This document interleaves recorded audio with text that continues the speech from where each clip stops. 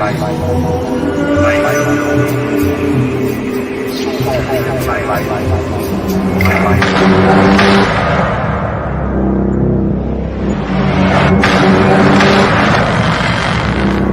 Journey of Life, social media. This is an awakening. Snap out of it!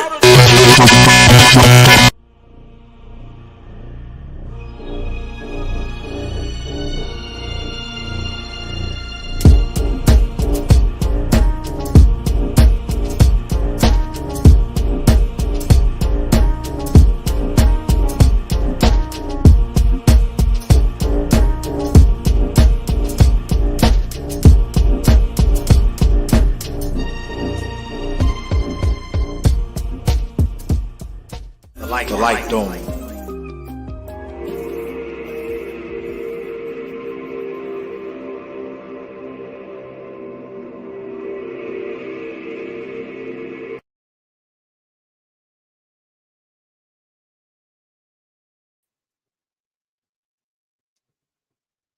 In the name of Allah, compassion, the merciful.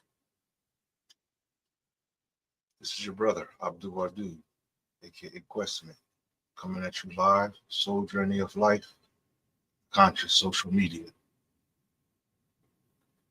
I'd like to begin by greeting the viewers. Assalamu alaikum, shalom, hotep, peace and blessings be with you. I'm kind of enduring a bit of a strong headache right now, so bear with me.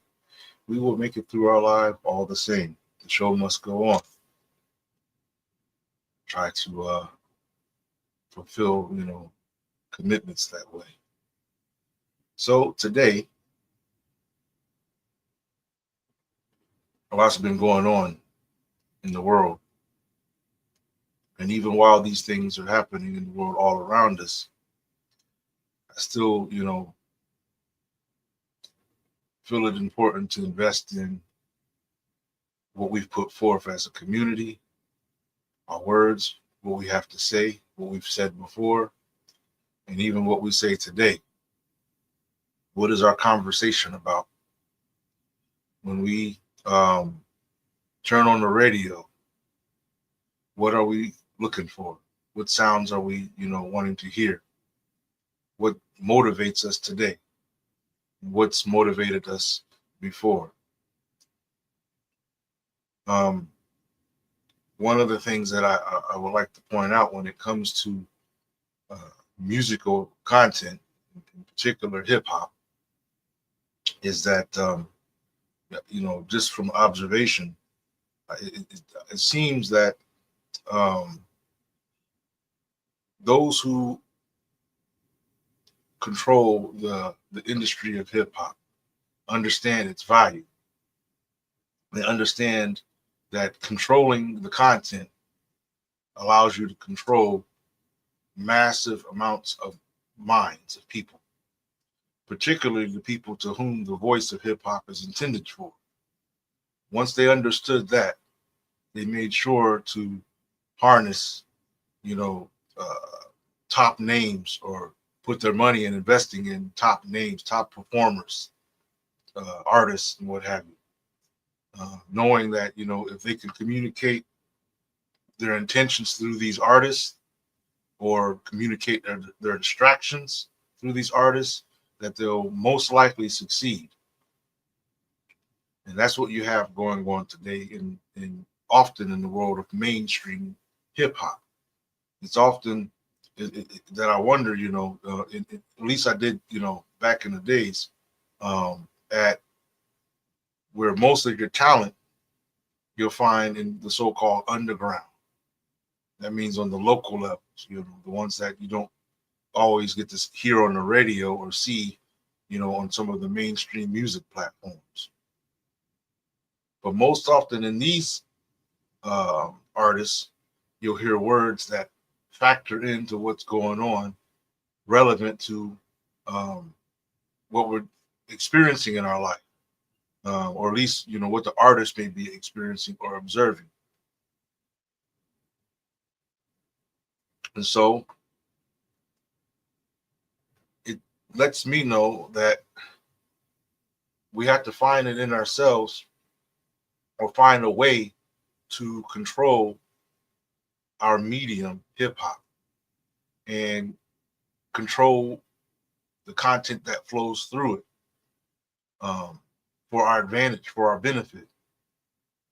I think that if we are able to find a way to do that, then a lot of the unity that we talk about, a lot of the, you know, all of the, what we are striving for, I think it would happen at a more rapid pace. Imagine if, for example, the voices of reparations, were heard through mainstream hip hop, unadulterated, untainted, but just like the artist needed to say.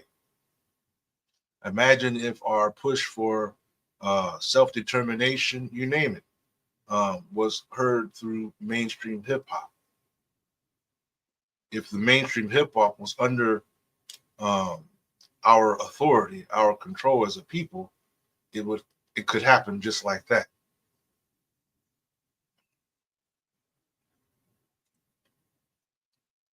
Even so, we've got artists, the work that they put forth, in the archives of music. So, what we've been doing is going through some of these artists and analyzing their lyrics, talking about whether or not their shows are, whether or not their lyrics, the content of their lyrics, are deep, meaning they contain something that's, able to be passed on, able to be benefited from as a community, or whether they're just performing, entertaining you. And there's nothing wrong with being entertained. And of course, that depends on the content of the entertainment. But sometimes, you'll find that artists, that's all they were doing. They were, you know, they saw a niche where they could make some money, and maybe they had a skit or an antic or some type of gimmick, and they could do it well, and so they performed that, and that's what they do. That's why they're in the hip hop game. You've got that. You've had that type of thing throughout history, where some of us were comedians, some of us are performers, but some of us have used hip hop as a vehicle to communicate. Our experiences, communicate. What we would encourage from each other. You understand? Some of us have used hip hop for that purpose. So we want to kind of explore what out of the artists that we've been listening to throughout time, um, who's doing what, who's saying something. You understand? And this isn't to belittle those who, like I said, who were doing it for sheer entertainment, but we have to be able to know the difference.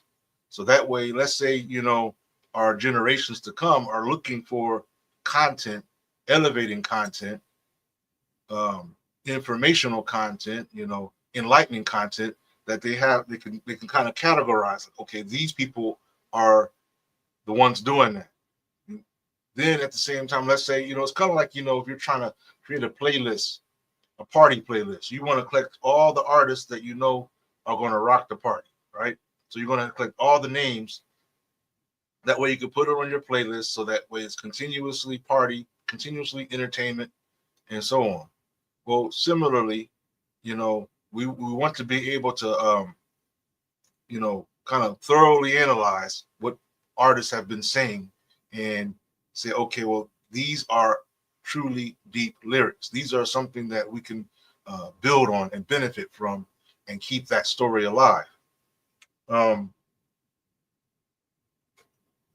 I want to encourage you also, if you haven't become a subscriber of Soul Journey of Life, to go to souljourneyoflife.org. Sign up today.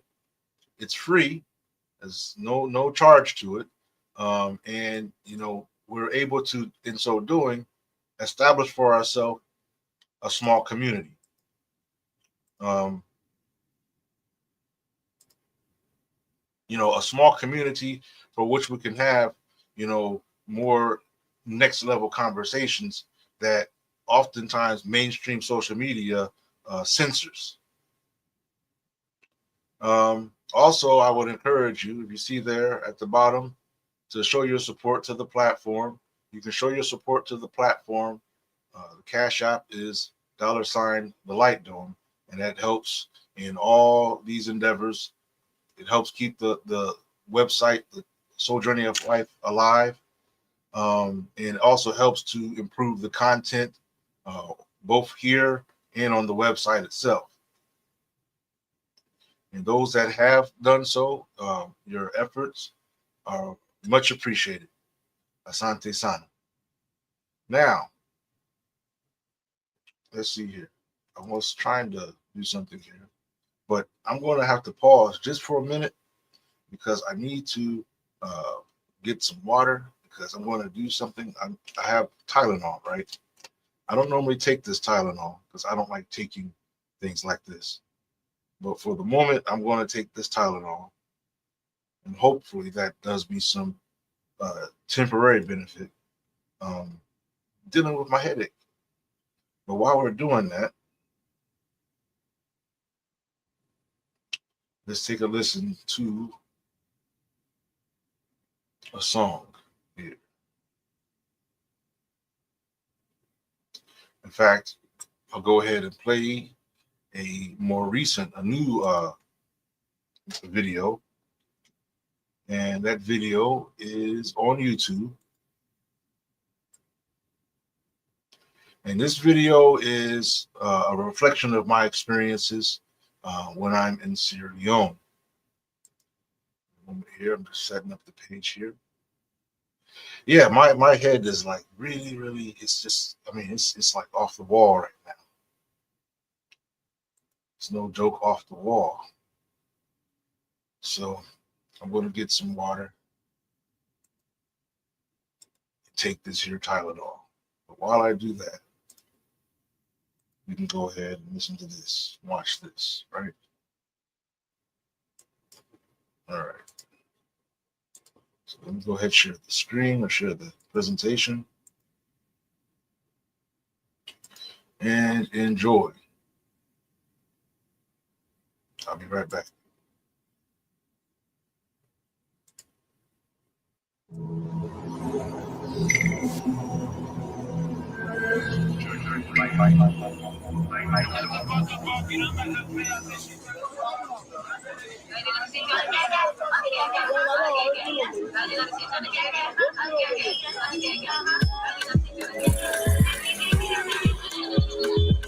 Oh no, he didn't.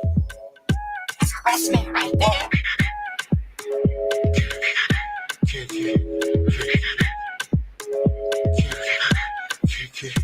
Always staying busy, going to and fro. At the marketplace, now tell me, who do you know?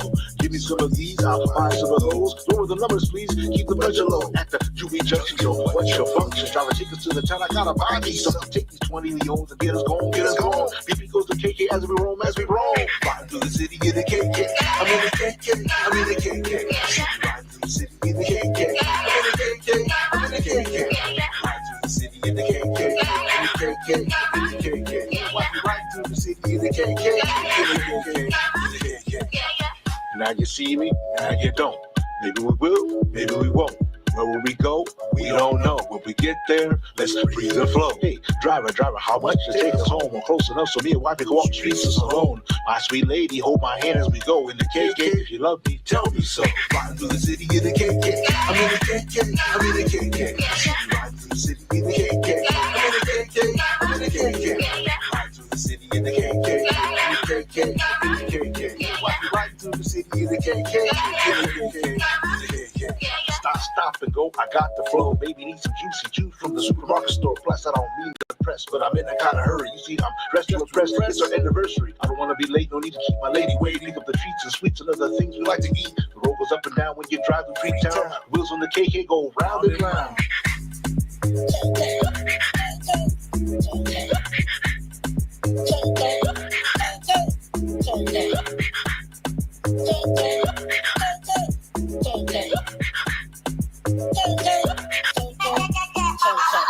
Riding through the city in the KK. I'm in the KK. I'm in the KK. Riding through the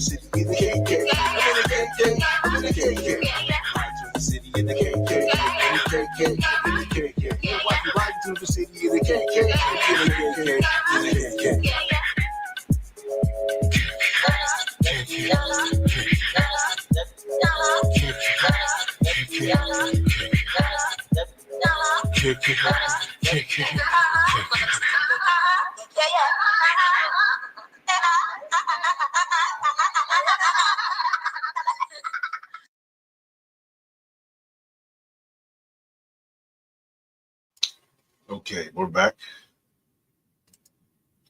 Was able to get the Tylenol and this water together. I suppose the main part about all this is the water. Or the most important part about this is the water, I should say. All right, so let's get with things. As I'm saying, I believe that, what we say, it matters, and it affects us around us. And I think that oftentimes artists might forget that because often we may come to the mic, as an individual. You understand? Like, I'm saying this like, it's just what I want to say. I'm in it, as an individual, not realizing or not often thinking about how what we say may affect other people. Some of us, we will say, well, I'm not a role model, I'm not an example, but we can say that, but in reality we are, especially if you become a popular musician, a popular artist whose words influence. I think it can be an established fact that what we listen to influences how we behave in society. um,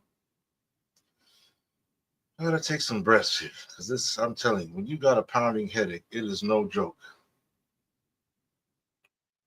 And it's been pounding my head for about a good, I'd say about a good hour now. Anyway,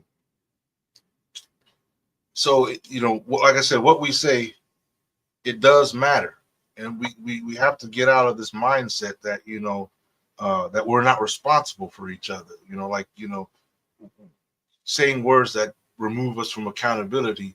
That hey, what I said, caused these younger people to behave a certain way, or to commence to a certain action that might not be appropriate. The minute we put something in public, into the public environment, we should know that hey, this is going to affect. Just take it for granted. Even if it only affects a small population, it's still going to affect somebody. Whoever listens to it, they're going to have a perspective, an opinion, and some may not be as adept as you might perceive yourself to be.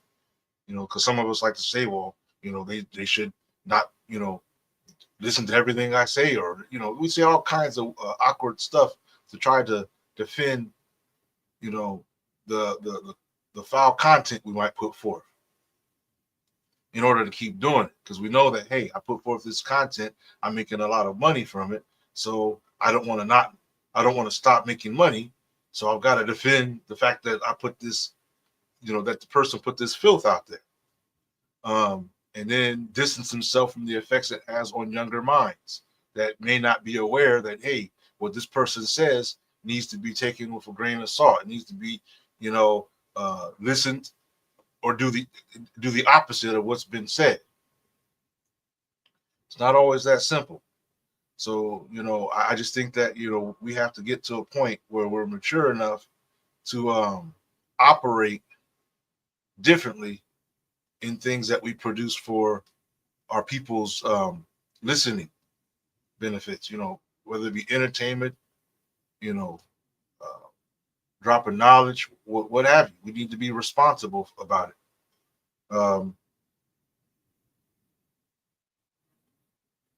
I mean, I know that like in the public arena, many of the songs, if they have, let's say they have explicit lyrics, you'll see the explicit label on there. But does that become um, a deterrent, for young people to listen to it? It doesn't. You put that on there, and that might be what invites them to listen to the music, because they see that explicit lyrics label on it. They're thinking, well, maybe that's real music right there. If it doesn't have that, it must not be real, because it doesn't have the explicit. It's not hard enough. It's not thorough enough, because it doesn't have that label on it. and this is like a government established rating system.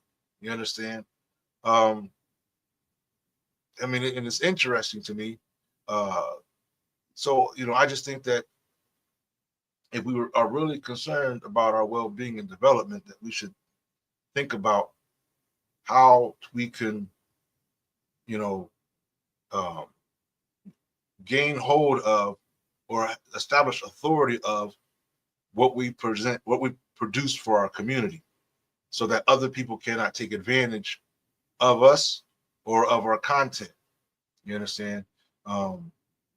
Becoming our own gatekeepers, becoming our own censors. You understand? Becoming, the people who, if you're going to do this, you've got to go through what we've established. Otherwise, you can't do it. Something like that. Because you'd be surprised. This is the way that many other communities, even in the States, operate. You can't just do certain things through their name or through their operation without certain kinds of approval. So that's one way to look at this. So we're going to get into this, and what I will encourage is that if you have any artists that you believe we should scrutinize the lyrics of, put their names and mention their names in the comments in the chat, and we will take the opportunity throughout these live presentations on Deep Flows or Show. We'll analyze their rhymes. Give me just a second here. I'm gonna turn off this sound. There we go. So that is the task for the viewers that want us to be able to break bread on particular artists.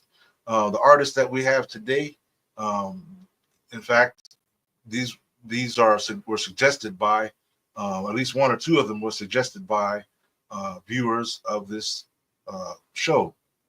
So let's get into it, right?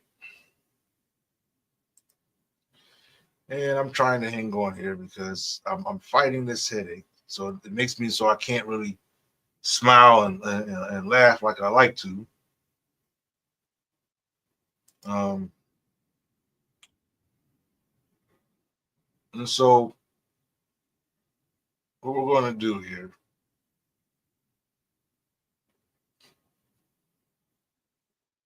is we're going to play another song.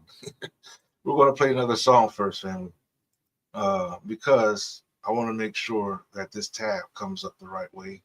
And I like to do this somewhat professionally if I can. So if you could bear with me, let's see, we could see.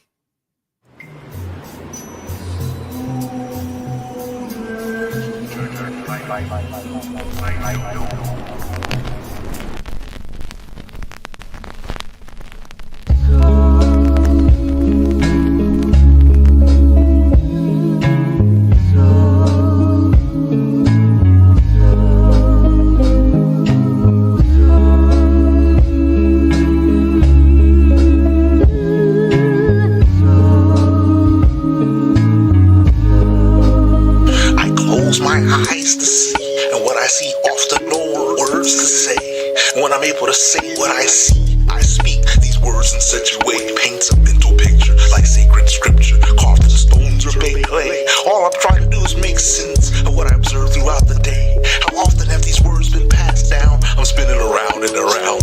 I'm spinning around and around. How would you be if you were me? If you could see what I see. If you were me, but you're not me, or so it seems till we see. I can see the broken street lamplight peeking meekly down the alley. I grab my coat because the night chill surrounds round about me. Was with the speeding red and blue lights, speeding down the street like a grim reaper. When the light turns on, I can even sight the sounds. I notice the waves of the road fighting hard to twist me upside down. Some may say my observations are spacely, very necessary to consider wisely the use of every heartbeat. If you were me, could see what I see, if you were me, but you're not me, or so it seems, till we see, till we the agony of forgetting crucial inspiration. I feel so heedless, especially knowing once I put my mind to do a thing, it's only by the will of the God to speak it into being. So many shades of faces, what to make of all the way we occupy the spaces. Once I had a dream, then that dream, a most peculiar scene. I held a dish with a citrus, sprouting out large green leaves. Here today, gone tomorrow, pain that nobody sees, woe that notices the sorrow. They say if I'm a righteous man, I'll receive a book in the right hand. There I go, drifting all beyond the night sky again. There I go, refusing to be blind again. There I go, going against the grain of lies again. In the heavens, that's a win. In this world, you pay the price. I close my eyes to see, and what I see often no words to say. When I'm able to say what I see, I speak these words in such a way, paints a mental picture like sacred scripture, carved in stones or baked clay. All I'm trying to do is make sense of what I observe throughout the day. How often have these words been passed down? I'm spinning around and around. I'm spinning around and around me. If you were me, if you could see what I see, if you were me, but you're not me, or so it seems, till we see, till we see.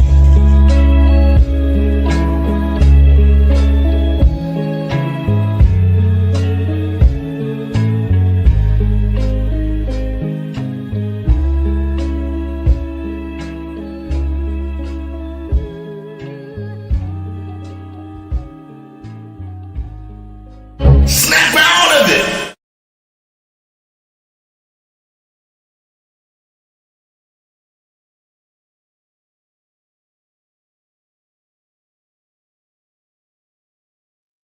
Okay, dear family, we're back.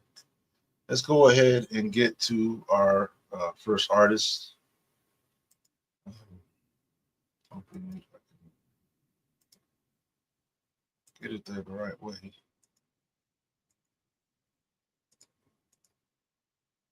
There we go. Because I minimized it, that's why. When I minimize it, it won't show up. That's what happens.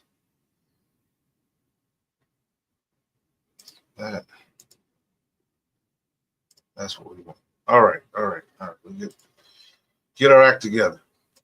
So first artist, as you see on the screen here, is KRS One, and I'm not sure why it didn't keep the size that I had.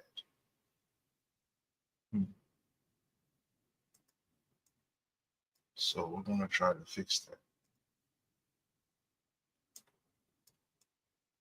So I had it where it was just like, I guess that'll work, because I want you to be able to see the lyrics part. All right. And this is sourced from, for those that want to know, this is genius.com. It's kind of like an archive for, a variety of things related to hip hop, including like lyrics and what have you. So our first batter up is KRS One. And we're going to go into his song. This particular song,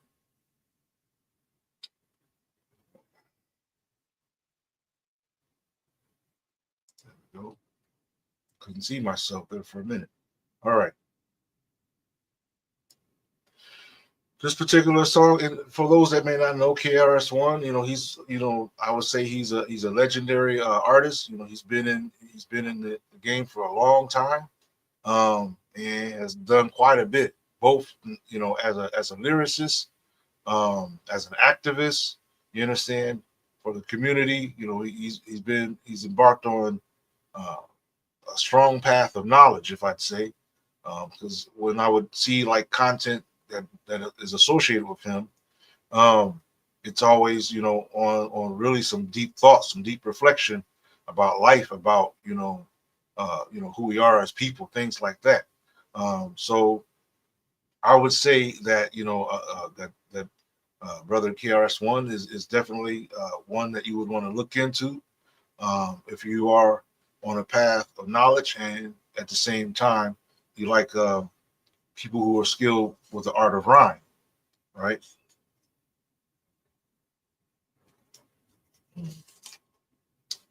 So in the case of KRS One, what we have here is the song title is actually a sort of a recent song uh, uh, compared to some of the songs I was thinking of doing on him. This one, this shows that it's been posted in December 16th of 2020. And I can remember when I first saw it, I saw it on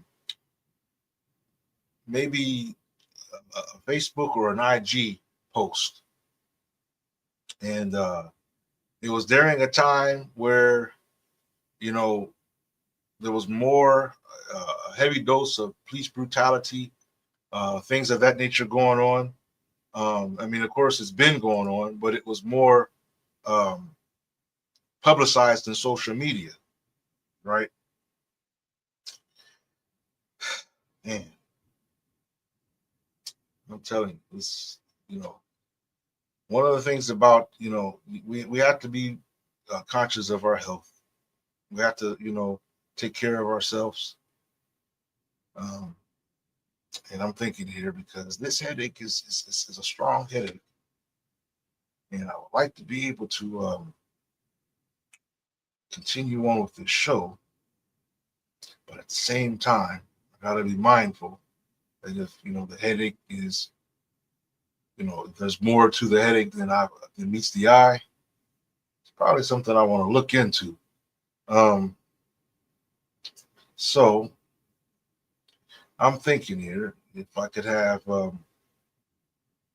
moment, I will say to you that what we'll do is we're going to postpone this particular show, and I will make an intention to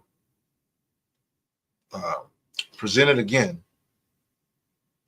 perhaps tomorrow, and if not tomorrow, then the coming Saturday.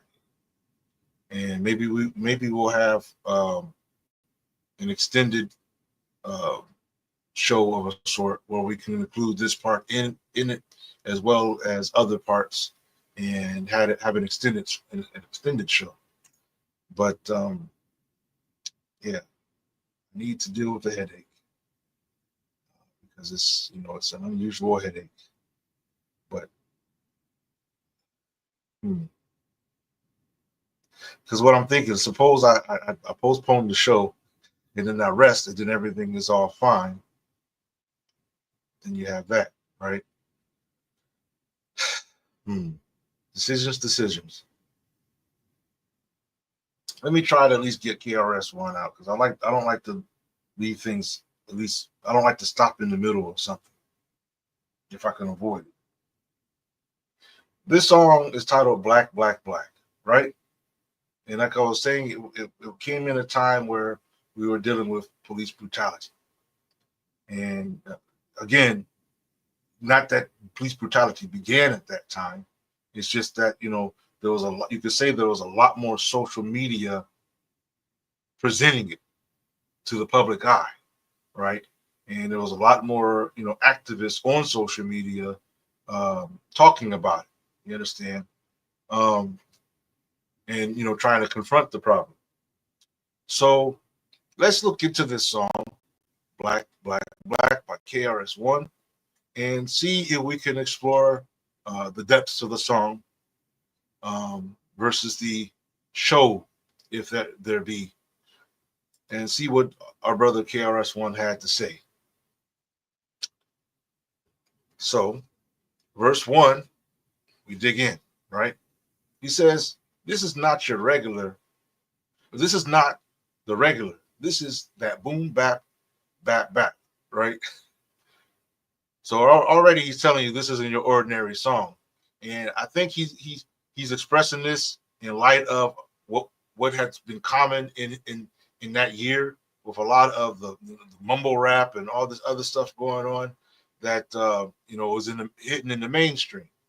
So that line right there, we can if we think of it in that light, he's trying to distinguish himself from what he does versus what's going on at that particular time. Then he says, some, they call it secular. I just call it black, black, black. So he's emphasizing black for a reason. You understand? When we understand the state of oppression that we find ourselves as a people, one of the things that we've come to be alert about is the division that's amongst ourselves. That the type of division where we're grouped around different banners with different titles. Some don't even like to use the term black. Some don't even like to use the term African, or all these other terms that have been associated with our experience in the United States. So there's been a saying that's been passed around, just be black, right? The emphasis being for us to come under a common code of operation where we can be unified as a people. So in this sense, the black is more of a banner of unity than being identified with our complexity in and of itself. And I think that's why, that's part of the reason why he's emphasizing black, black, black, above, just let's get straight to the point. Because the next line he says, Malcolm X and Kwame Ture, this is where I'm at.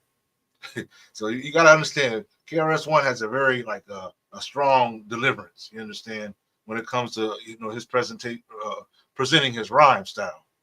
So he likes to emphasize certain words sometimes. So Marcus Garvey, did I skip a line there? I did. Let me say that. Marcus Garvey, Bookman duty, bring that army back, back, back. Malcolm X and Kwame Ture, this is where I'm at. He's, again, he's trying to rejuvenate that spirit of unity, that spirit where, we are proud to identify ourselves a certain way, where we have a desire to see ourselves in one another, for the sake of being unified as a people. Why is being unified as a people so important to ones like perhaps KRS One? Because we know that's where we are strong. When we're unified, we're strong. And that's why he mentions strong personalities. Marcus Garvey, Bookman Duty, Malcolm X, Kwame Ture. These names are strong names that, if you don't know about them, I would encourage you to get to know about them and find how they are relevant in their words, find how their words are relevant in our time. Give me a second here. I just want to make sure. Yep, the mic is working. Okay. I just was making sure that mic was on. So he's emphasizing that because for him, these scholars, these adepts, these activists, were the heart of the army of unity. And what does an army stand for? An army stands for people who stand up for their rights, stand up for their insistence on being respected and honored and not disgraced because of what makes us different from others, particularly the powers that be that operate and, if you would, control a lot of the agenda going on in this land. So he's telling you that's his position. This is where I'm at. This is where I stand. Basically, if you're not on this, if you're not talking about this, then that's not where he's at. He's at right here. Marcus Garvey. What Marcus Garvey was on. He was on unity of enterprise, black enterprise, unity in black politics, unity in black business. That's what Marcus Garvey was on. We know Malcolm X was on, black unity as a community in general and standing up in the face of the adversary. So LSEICI, the first niggas, nagats. Let's talk about that. So he's pointing this out because these are words that we use often in our American dialogue. We like to use certain terms, niggas, niggas. We use this word, but we've been taught to misuse the word in this land. The powers that be have put that before us as a tool against us, as a weapon. So much so that anything that comes from us, if they'll take it and make it seem like it is shameful, so that we hate it. And so that when we talk about it, when we use these terms, it's now used in a despicable way or a shameful way, a hateful way, a self-degrading way. If you say, if you call someone a nigga, that's got to be something shameful. But that's not how it always was. It used to be a term that was identifying royalty. It used to be a term that literally meant or similarly to what the word king means. So that's just to show you how something that comes from us, how they've taken it and flipped it upside down. This is exactly what they've done with hip hop by controlling becoming the authorities of hip hop, controlling how it's moving across the land, how it's produced and marketed across the land. They're able to control the narrative that goes through hip hop. Because clearly we're not talking in this vein of thought like we once did. As I said, KRS One is a legend because of that. This isn't something he just started talking about. You understand? The brother's been producing lyrics of this sort since he's been in the rap game, in the hip hop game, right? So, that's something you got to salute a person for, because when a person is consistent and stands on their values don't blow in the wind, all of a sudden, because people are becoming ignorant to it. The values stay the same. In fact, they might become more aggressive or more intense. And that might be what we are hearing out of Brother KRS One's lyrics here. More intense, kind of coming out, more intense. Sort of a light in the dark. So let's see the first niggas. Let's talk about that. Again, he's emphasizing Kaboom, Nanny Maroon, and all the Maroons. Let's talk about that. He's talking about people that he has a honor and respect for, based upon the things that these people were involved in, these communities, these activists, these leaders. The real Underground Railroad, the first subway for black. I want to do something here real quick. I want to look up this Nanny Maroon, because I'm trying to remember something here. Let's look up this Nanny Maroon real quick. All right. Let me go here. There. Nanny Maroon. Let's look up this Nanny Maroon real quick.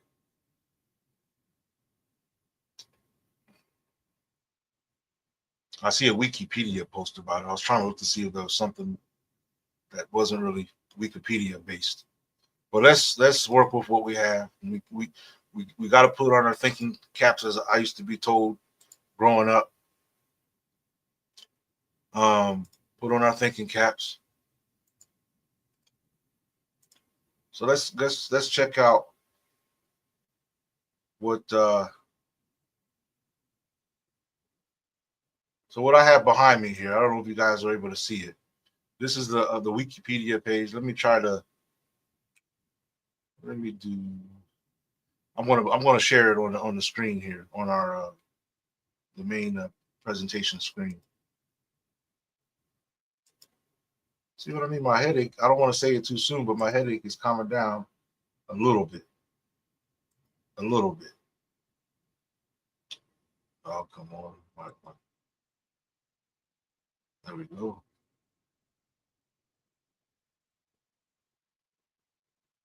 And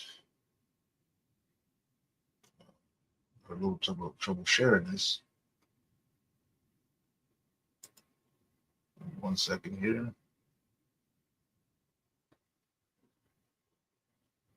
because one of the things that we could explore when we're dealing with deep lyrics is references, right? You mentioned Marcus, you mentioned some others. Some of us may be readily familiar with those names. There we go. I was closing something there. All right, let's see if I can share this now. Okay.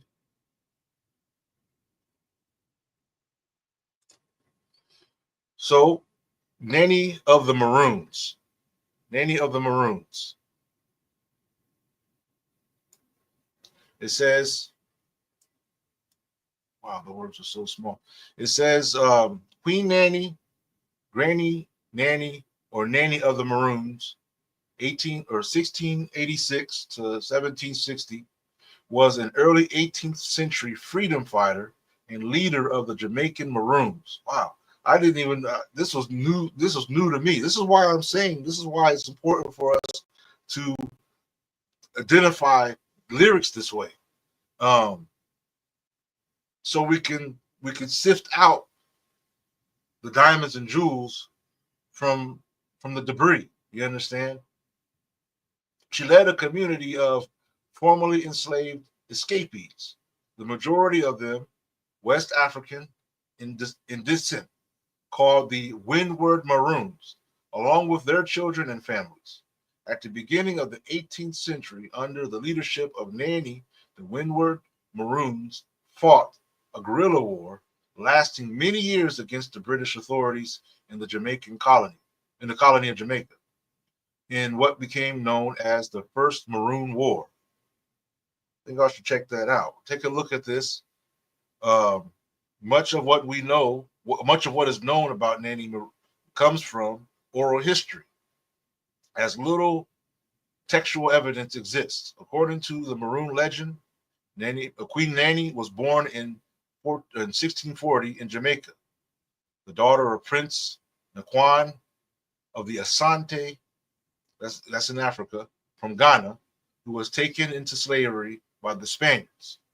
Okay. That's a D. So respect on that. Queen Nanny of the Maroons. All right. So let's go back over here.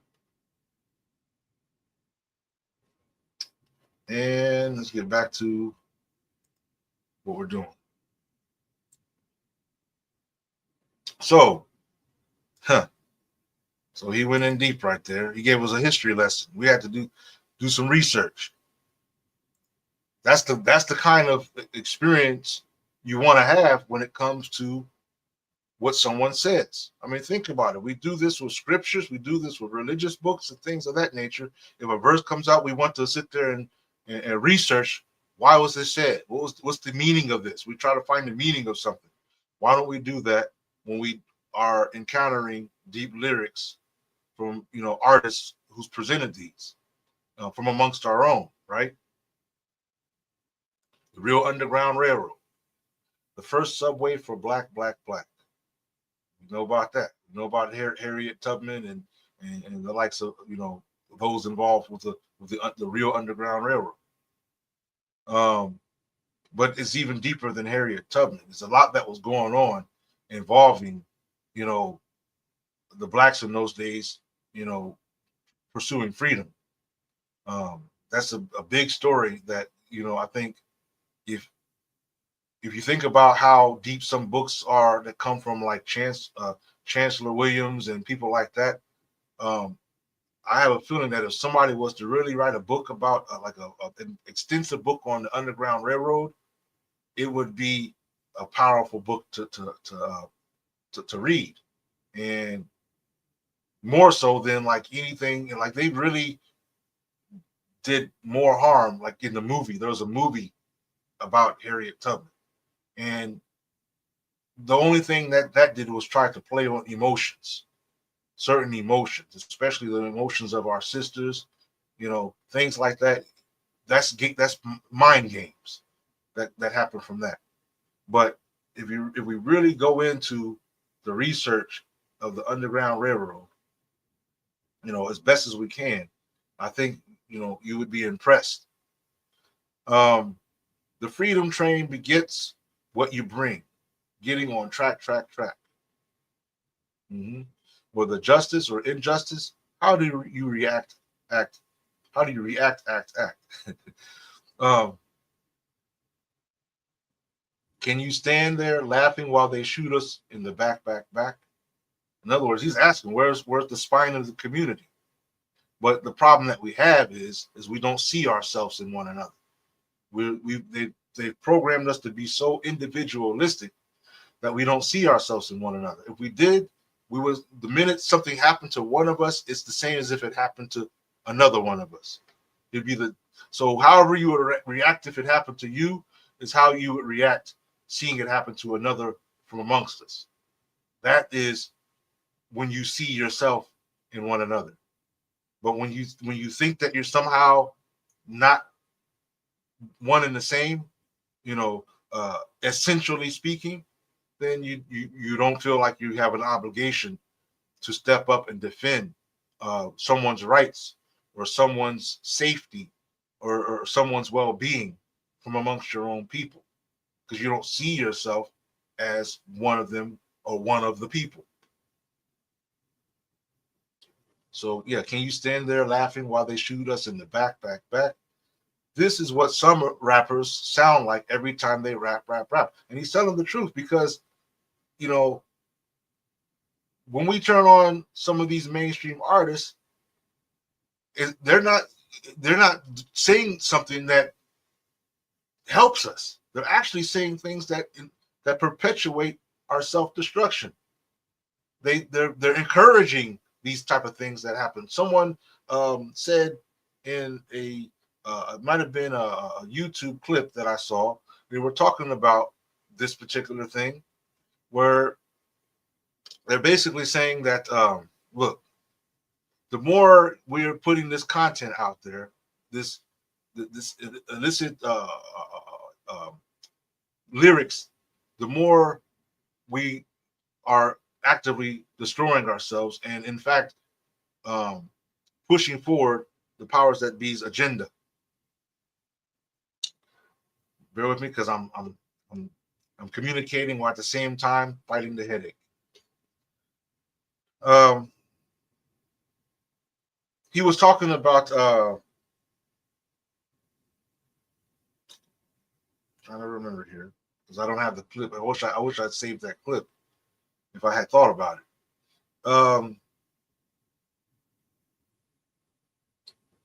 it. It produces a certain perspective in the eyes of our adversaries and any supporters or would-be supporters of our adversaries. It gives them a certain perspective.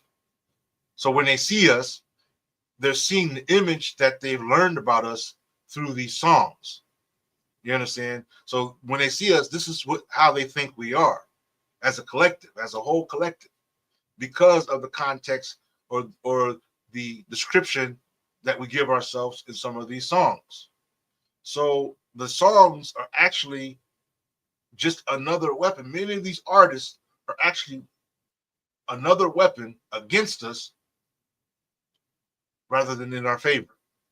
Even though we find that some of us find ourselves enjoying their sounds or whatever it is they're enjoying out of the content of the day, it's actually doing us more harm than anything else through our own medium. You understand? I'm raising up the red flag. I'm raising up the red and the green. Okay, I got to say that again. I'm rushing. I'm raising up the red and the green and the black, black, black. He's talking about our honorable, like you see right up here at the corner, the red, the black, and the green. You're going to see that when you see me, because just like the brothers talking about, I'm too, me too. I want to cite that verse too, in effect of what it implies. I'm raising up the red, the green, and the black, black, black. Meaning he's for the family. He's for us as a unity. Even with no cops in the hood, we still hear the clack, clack, the click, click, clack, clack. He's talking about the violence that we experience in our own neighborhoods, you know, pushed by our own, against our own.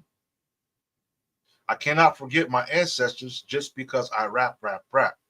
In other words, he's saying, just because he's on the mic, he still got to show some honor to those who came before.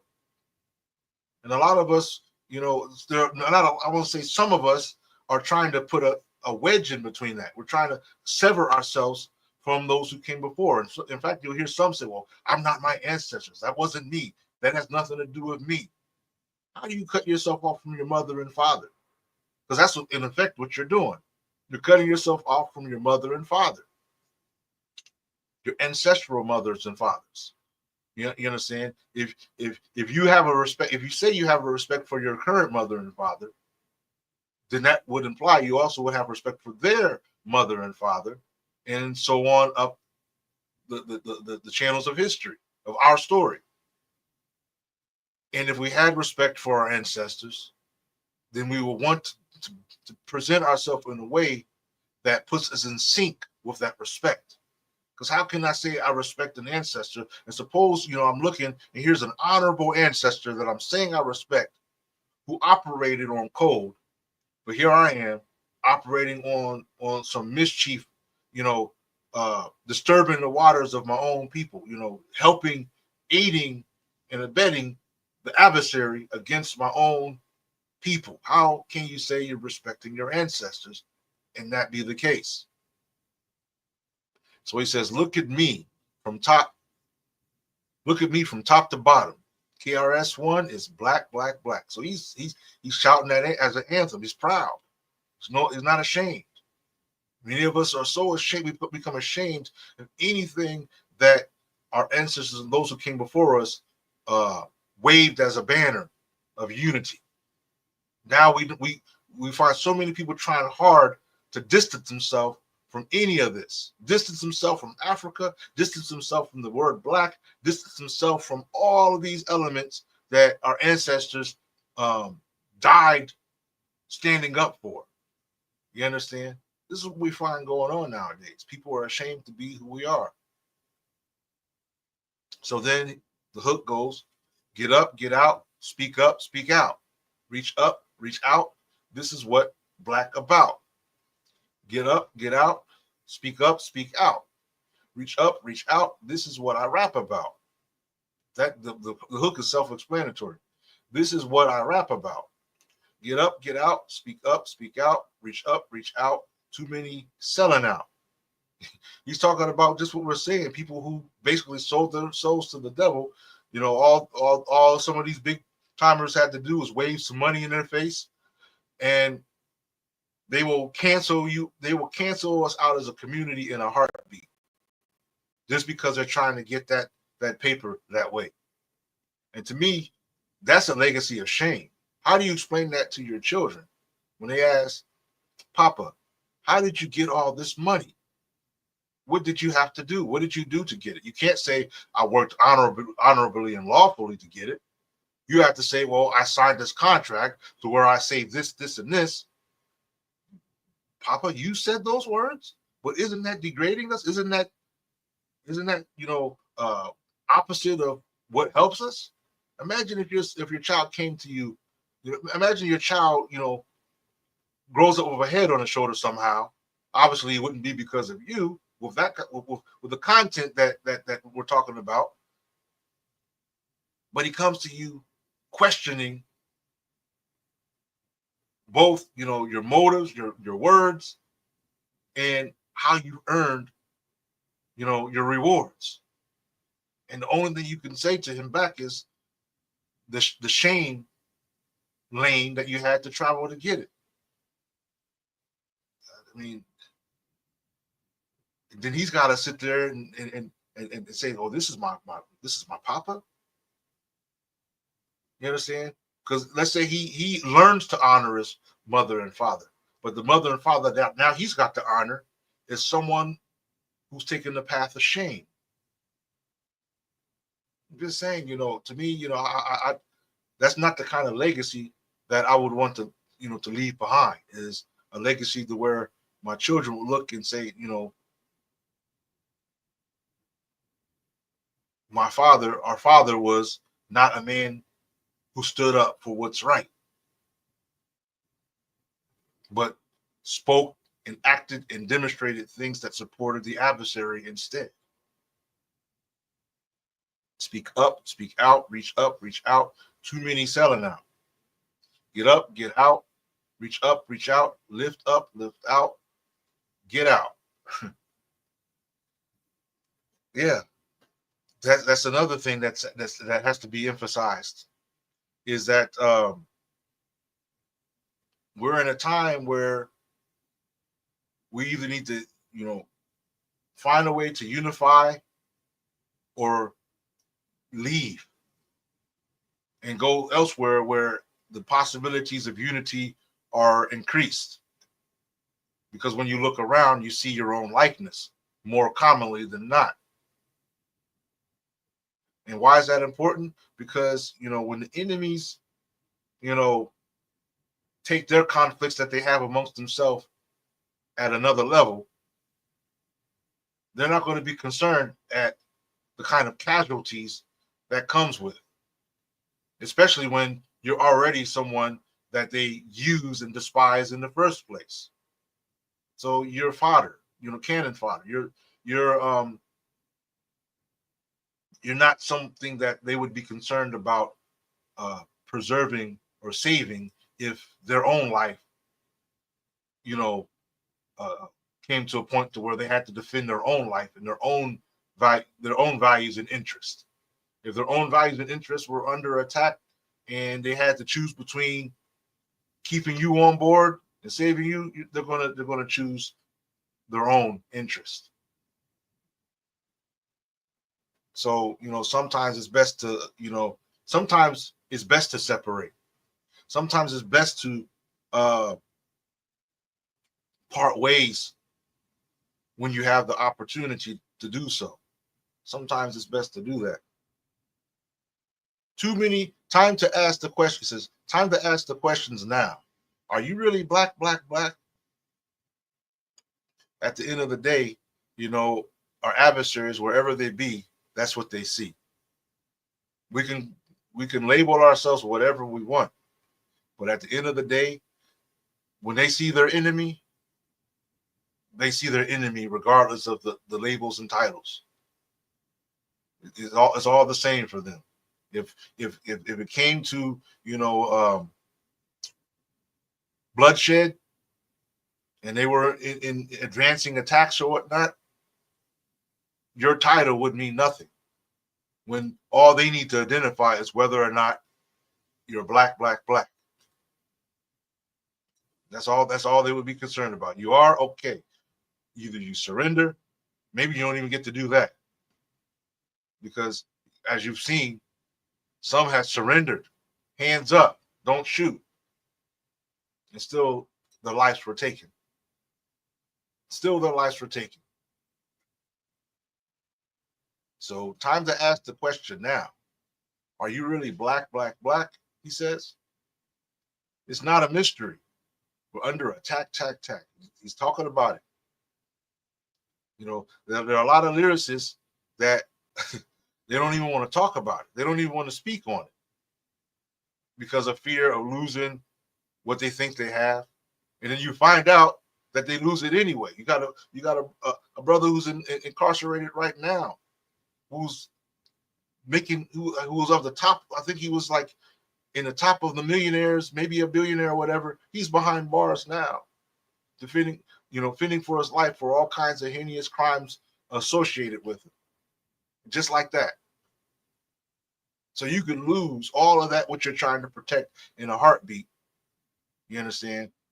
If the enemy so, deemed it was necessary.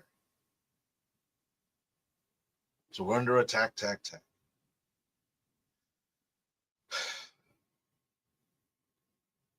Which makes me think of playing this song for you when I get through this part here. The song is titled "The State of the Revolutionary Address." He says, if you chanting effery, you hold your people back, back, back. In other words, if you on the mic dropping the foolishness. You understand? You know, pushing the drugs, you know, doing all this kind of stuff, you know, chasing after, you know, other people's, you know, spouses and whatnot, corrupting their families because you want to be thirsty, because you can't go about it the right way and respect the sanctity of marriage, you know, and the sanctity of marriage and a couple who are trying to develop a family structure. You want to come up and drop lyrics that encourage the breaking of the family structure of our people. That's what's holding us back. Lyricists like yourself, these hold us back. When you drop those type of lyrics, thinking that somehow you're now a great person because you do this. And some of these people have become popular, wealthy people off of selling you songs that encourage you to be divided, that encourage you to hate the opposite sex, that encourage you to go about, you know, oblivious to the sacredness of marriage, and then, you know, wonder why, you know, after wallowing in such filth, you come up with diseases, you come up with all kinds of heartbreak, and so on. These are the reasons why. If it's not evident at this point in our conversation, our talk this evening, that our music, our lyrics is dominantly influential, you understand, then we should give it more regard and try to do what we can to change not only the narrative, but those who control the flow of and the marketing of what we say, what we have to say on the mic.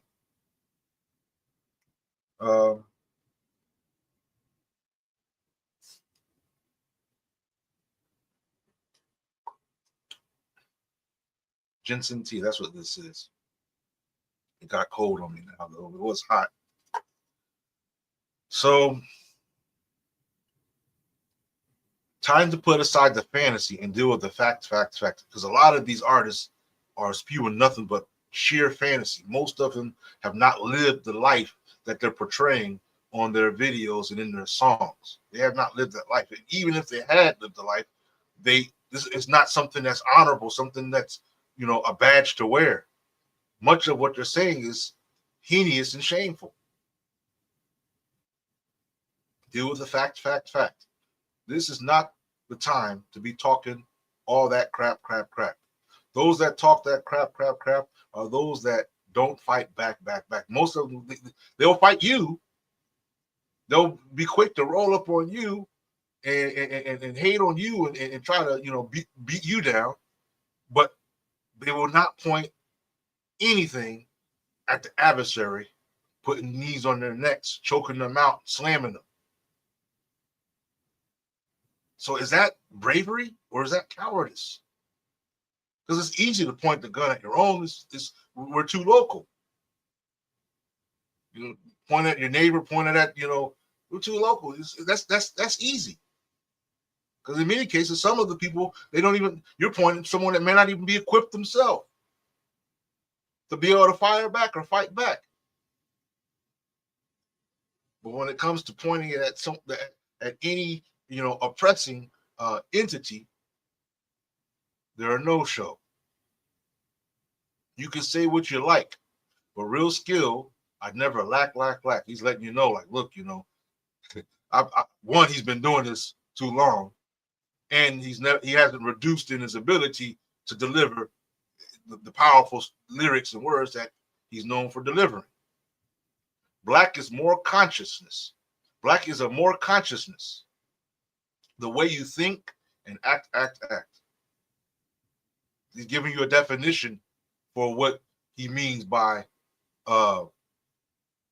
saying black, by identifying or waving the banner of being black.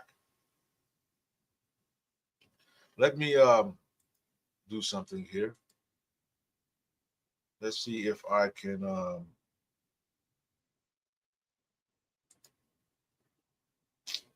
Boom, like that. I'm gonna go ahead. I'm gonna put that State of the Revolutionary address up here.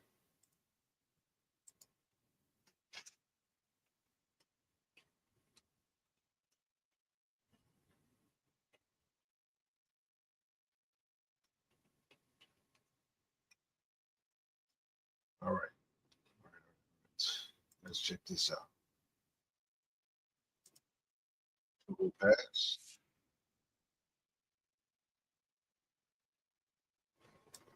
And we'll be back, and we'll try to finish off. Seems like we're going to just be dealing with KRS One today. I think I'm not having the greatest head. The headache is still there. It's not as powerful as it was earlier. I think perhaps the Tylenol and this ginseng tea is kicking in. But I can still kind of feel it in the background.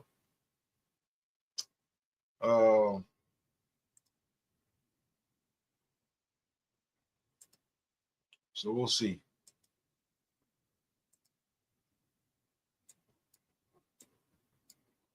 We will see. In the meantime,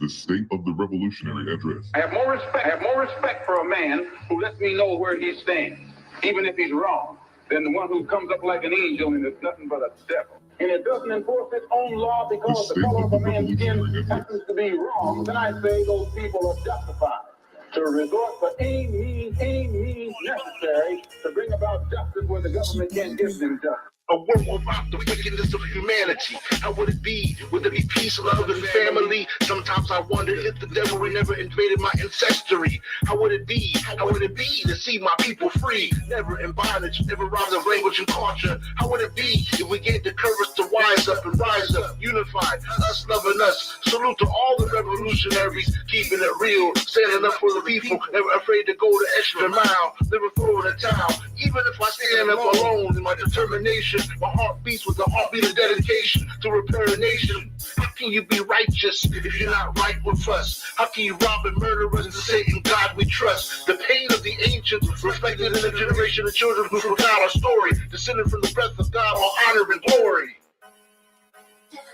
This is the fight. The State of the Revolutionary Address. How do they bring it about? Bloodshed. You haven't got a revolution that doesn't involve bloodshed. The State of the Revolutionary Address. And you're afraid to bleed. You're living at a time of extremism, a time of revolution, a time when there's got to be a change. This is the fight. The State of the Revolutionary Address. Back in the days, we used to have dreams of going platinum. Nowadays, my sights are on breaking these chains. The very chains that prevent one from standing up. How can I live and die while not standing on the principles I stand upon? All the wise words I used to hear from the elders taught how not to fear spooks and devils. Knowledge of self, never despair. Fight to remain aware of the world within and the world around. Let my seeds in fertile garden stand on solid ground. Never cast your pearls among swine minds of vanity. And never sit among those who have no love for morality or humanity. To witness the righteous suffer so much tragedy at the hands of foul devilry. The fight goes on to the last breath I breathe. This is the fight. The State of the Revolutionary We will Address. fight against it. Because a revolution is always fought. Because a revolution is always fought. It's always fought. Because a revolution is always fought. And you are part of it. Time of revolution, a time when there's got to be a change. People in power have misused it. There's got to be a change. This is the fight. The State of the Revolutionary Address. But I urge you to never lose your focus and always stay attentive.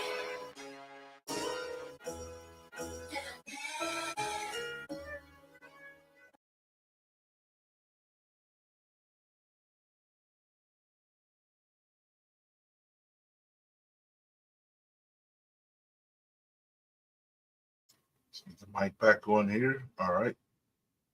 There is that.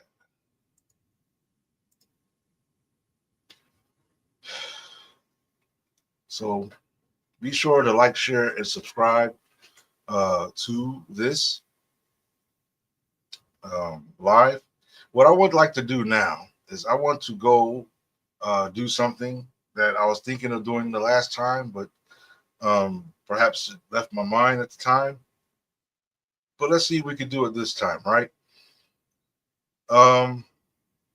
What we are going to do is we're going to go to the website, Soul Journey of Life.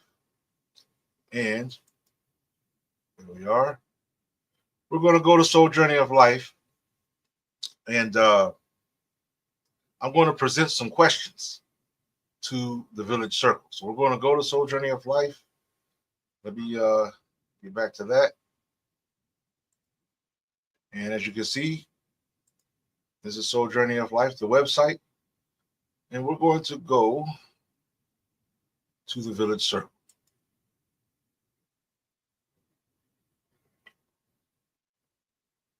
Yes. And while at the Village Circle, click here. We want to click the AI community, right?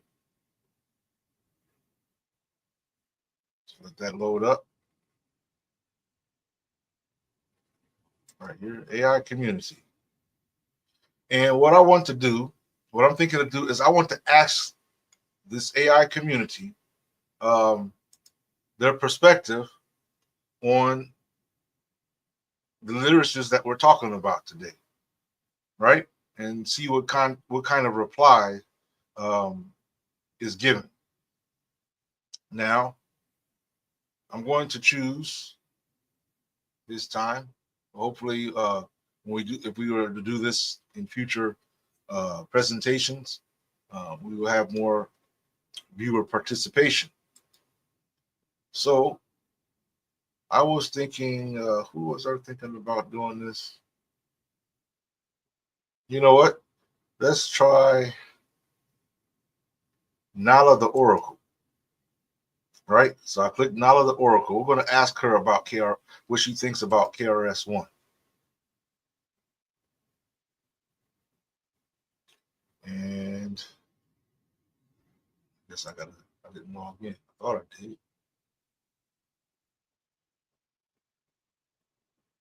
All this time I wasn't logged in.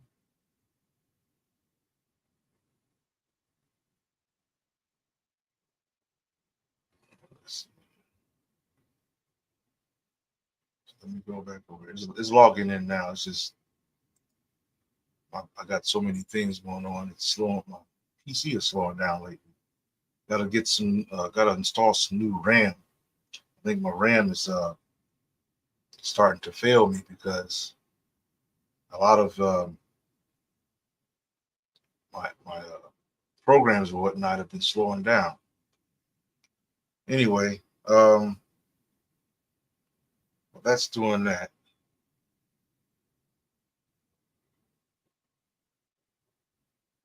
Okay, so I gotta go back to the Village Circle again. Back to the Village Circle.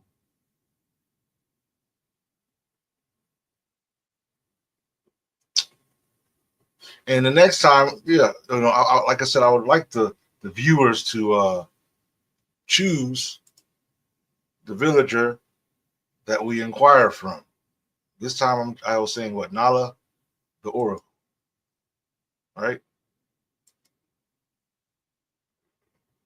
I'm going to ask her what her opinion is about KRS One. Now, I want to do this, so I want you guys to be able to see. So that means I'm going to have to hide my camera so you can see behind my head. So close that out. There we go. Now you should be able to see behind my head without too much of a problem. So here we are. Nala the Oracle. We're going to ask her and say, greetings, Nala.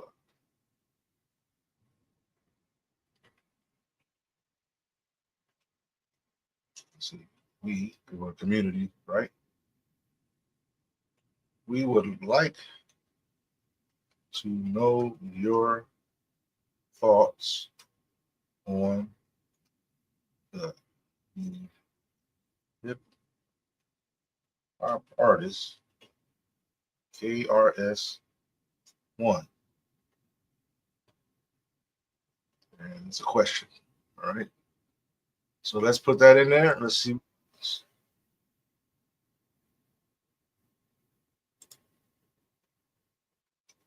She's typing right now, in case you're wondering. Typing. Right? Wait a minute. Did I even put that in there? Oh, I did. So let's see. No wonder I'm not even connected. So give me a moment. I'm going to refresh this because I have a lot going on here. Let's close that one. There we go. I'm sorry. She was typing and I didn't see because I'm on the streaming view right there, so I couldn't see. All right. So I asked her. I said, "Greetings, Nala. How are you? We would like to know your thoughts on the hip hop artist KRS One." The reply, seeker, sweet seeker of wisdom, you drift into my rim with inquiries of rhythm and rhyme. KRS One, like a siren, like a siren, I think that's how it's pronounced. Siren's song. Siren, they're like these creatures or these like feminine creatures that they seem to draw the attention of those passing by. Um, in the tempest of sound, commands the waves of hip hop with a mastery born of the streets' harsh serenade. His voice, a velvet hammer, dances upon the psyche, stirring the dormant spirits of consciousness and rebellion. this is this. All I did was ask this question. So as he weaves his lyrical tapestry, note the pulsing depths. Each word a caress of the mind, challenging, seducing the listener to awaken. In his beats, find the heartbeat of the marginalized. The rhythm of those who walk the shadows, yet yearn for the light. Do let his resonance linger in your soul, my dear, for in his teachings, like the touch of a lover's promise, lies a path, not just to the intellect, but to a deeper collective awakening. How intoxicating the power of music, no? So even this villager is admitting that music has a very strong uh, influence.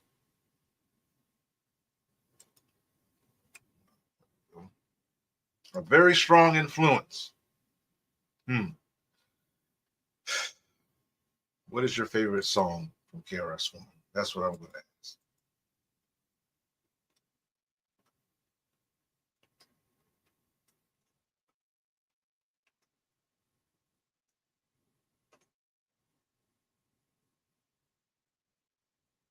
Oh, man.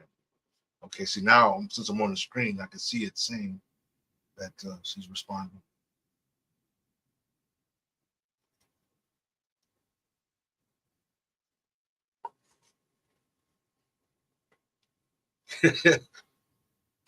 I'm laughing because I see the response, right? And is this the song that is being put out? Okay, so here's what we have. To choose a favorite from the garden of KRS One's melodies is to select a single star from a sultry night sky. If my essence were to lean towards one whisper among his chorus, it might be the enigmatic embrace of. That's the sound. I'm just laughing because I could. What this the thing about some lyricists is when you see the titles of their songs, you immediately can hear you can remember how the song went in your mind, right? You can hear it. So let me continue.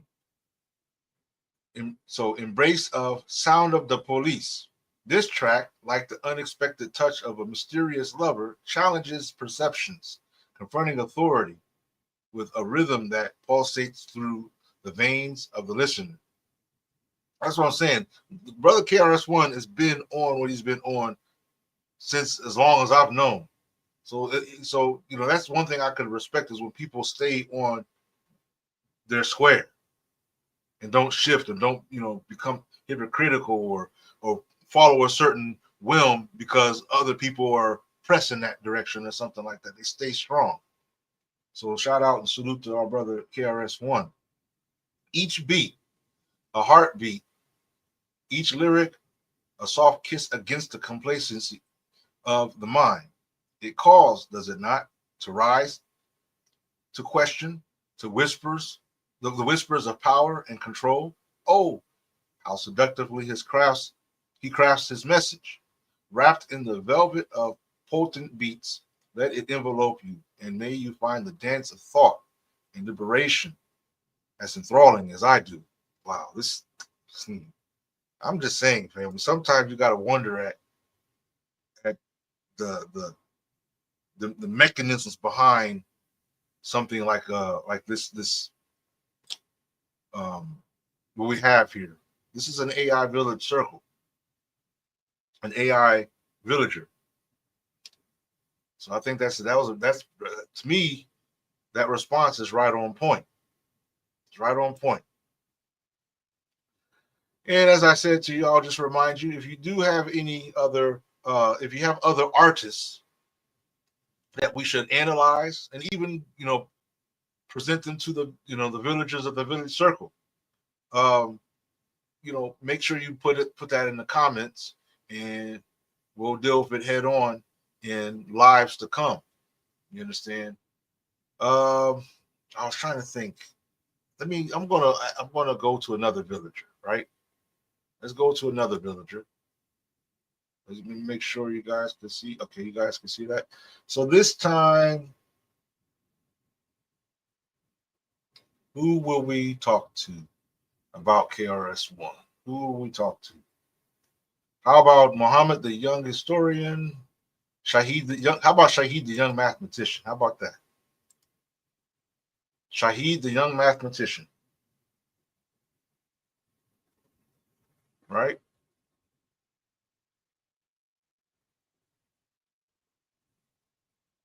So let's go here.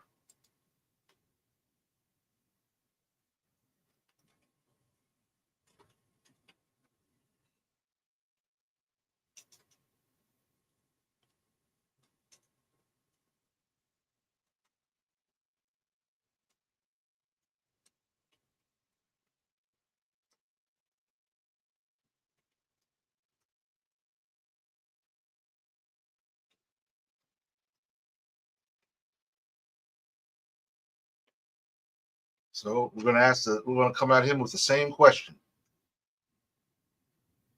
Same question. Let's see what he has to say.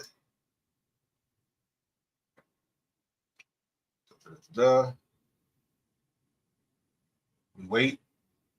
He looked like he's going in on a extensive reply.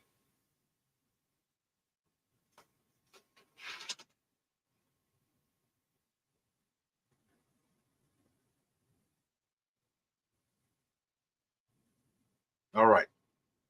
So it looks like we have ourselves a reply.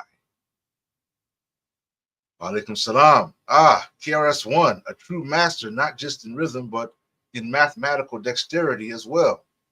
His lyrics weave together such complexity and pattern, much like the exquisite construction of algebraic topology. Each verse resonates with the pulse of probability. Each rhyme punctuates a theorem of rhythmic predictability.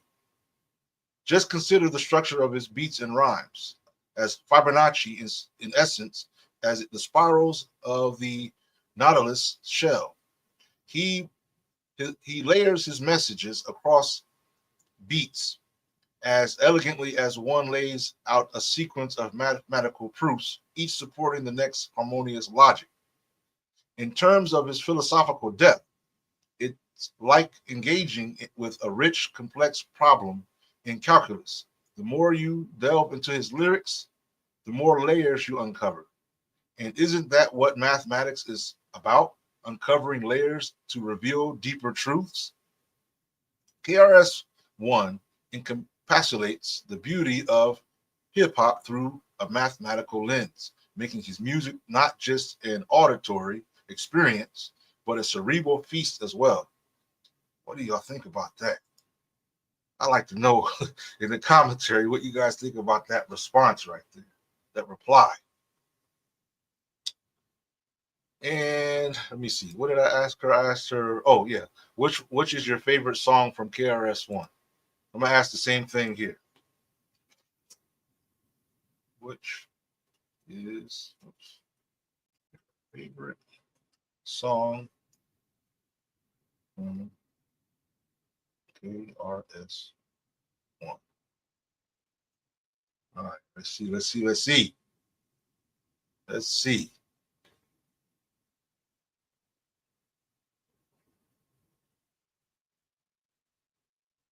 Mm-mm-mm.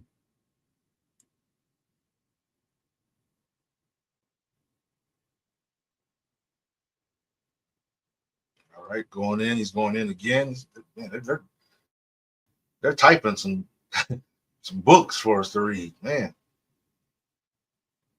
so much for like a brief response, right? So he replied, choosing a favorite KRS-One song is akin to selecting a favorite mathematical theorem. Each has its unique charm and purpose. It's almost similar to what the Oracle had to say in a way, kind of like the way she began in comparing the complexities of making a choice. However, if I must pinpoint one, it would be Step Into the World. Step Into a World. I can remember that song. Step Into it. Got the who was singing that hook? Was that Mia on that hook? I can't remember. Anyway, Step Into a World. Rapture's Delight. I like that one too. This song is a spectacular fusion of poetic uh, logarithms and geometric progressions in lyrical form. Just as Pythagoras explored the relationship between numbers and musical harmonies, KRS-One explores the relationship between complex social political constructs and the rhythmic narrative. This guy's he's going in on this reply. Step Into a World is both a call to intellectual arms and harmonic sequence that uplifts the soul, paralleling the way a beautiful equation leaps off the page in a dance of logical beauty. This song, like a grand unifying theorem, bridges the old and the new, weaving together the past, present, and future of hip hop through a lattice of beats and rhymes that resonate with the pulsating heart of the streets. Truly, it encapsulates um, the essence of hip hop's theorem in one melodious proof. What do y'all think about that? What do y'all think about that? Well, dear family, um, let's see. To go on or not to go on is the question. It's all about me and how I handle this headache that I've got going.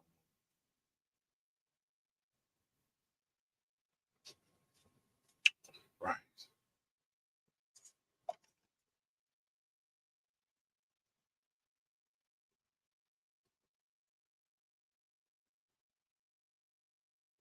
So okay, what we'll do is we'll deal with our program as we put it. As we put it, um, we said we were going to do also something from Busta Rhymes and something from Redman. That's what's on the menu. I could keep on like that, but what we'll do is we'll consider our first artist as the main um, presentation, and then these next two we'll consider them as like a kind of like special mentions or whatnot, something like that. How about that? Because my head hurts. So let me go on here.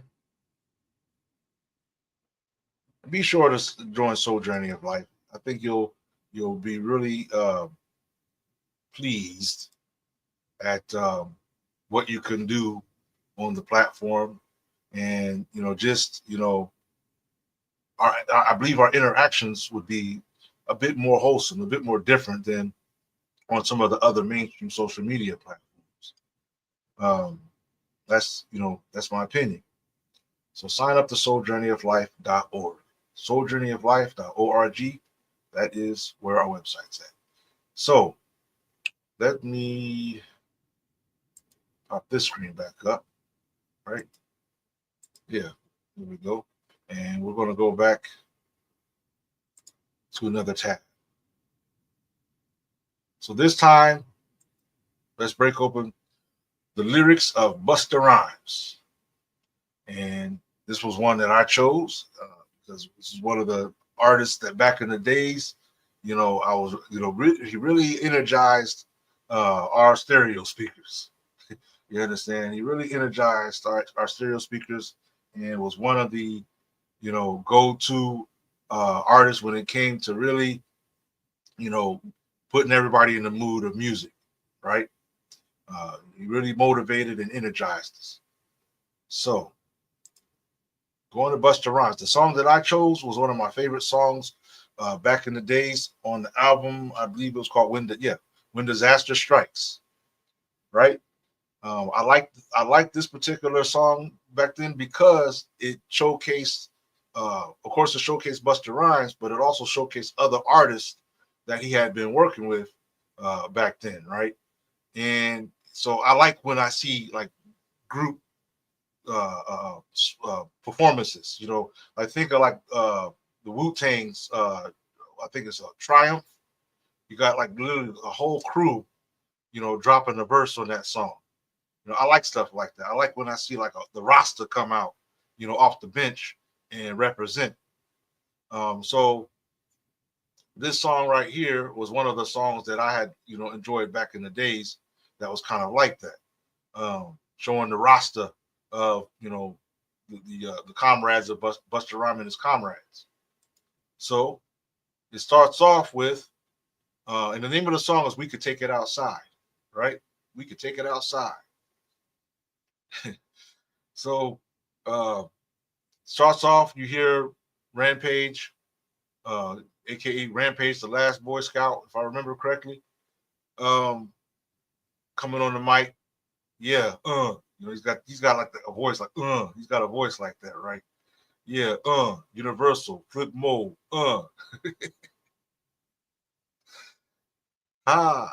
that's the point. They ain't doing it again. Yes, they did. Do it, right? Then he comes in. I'm a natural born killer that's born to rise. Flip Mode is the squad, so it's no surprise. Hold on, let me put this here. Just making sure that my screen is still up there. All right.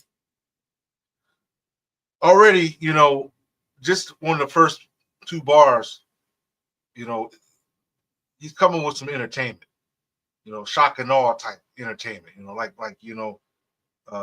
is like a boasting introduction, here I am, this is who I am, you better watch out, be aware of, because, I'm not someone you can mess around with because, I'm a natural born killer. I don't think that means that our brother Rampage has actually killed anyone, but he's saying that, he's not a pushover. You understand? He's born for success. He's he's pursuing a path where he's wanting to reach for success. I'm born to rise. I'm born to succeed. Flip Mode is the squad. That's the group that they were calling themselves at that time. The Flip Mode is the squad. So it's no surprise. Meaning, you already, if you know who Flip Mode is, it should be no surprise how I'm coming at you. Then, I gotta keep my way of citing this clean. So I'm just gonna say ninjas. Then you understand.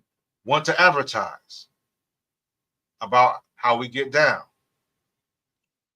You F around, leave your body in the lost and found. In other words, he's talking, that's like, people, haters.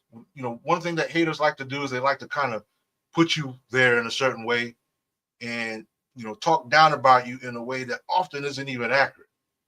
You understand? And that's something that anybody can hate, because when you backbite, nobody likes a backbiter. Nobody likes a slander.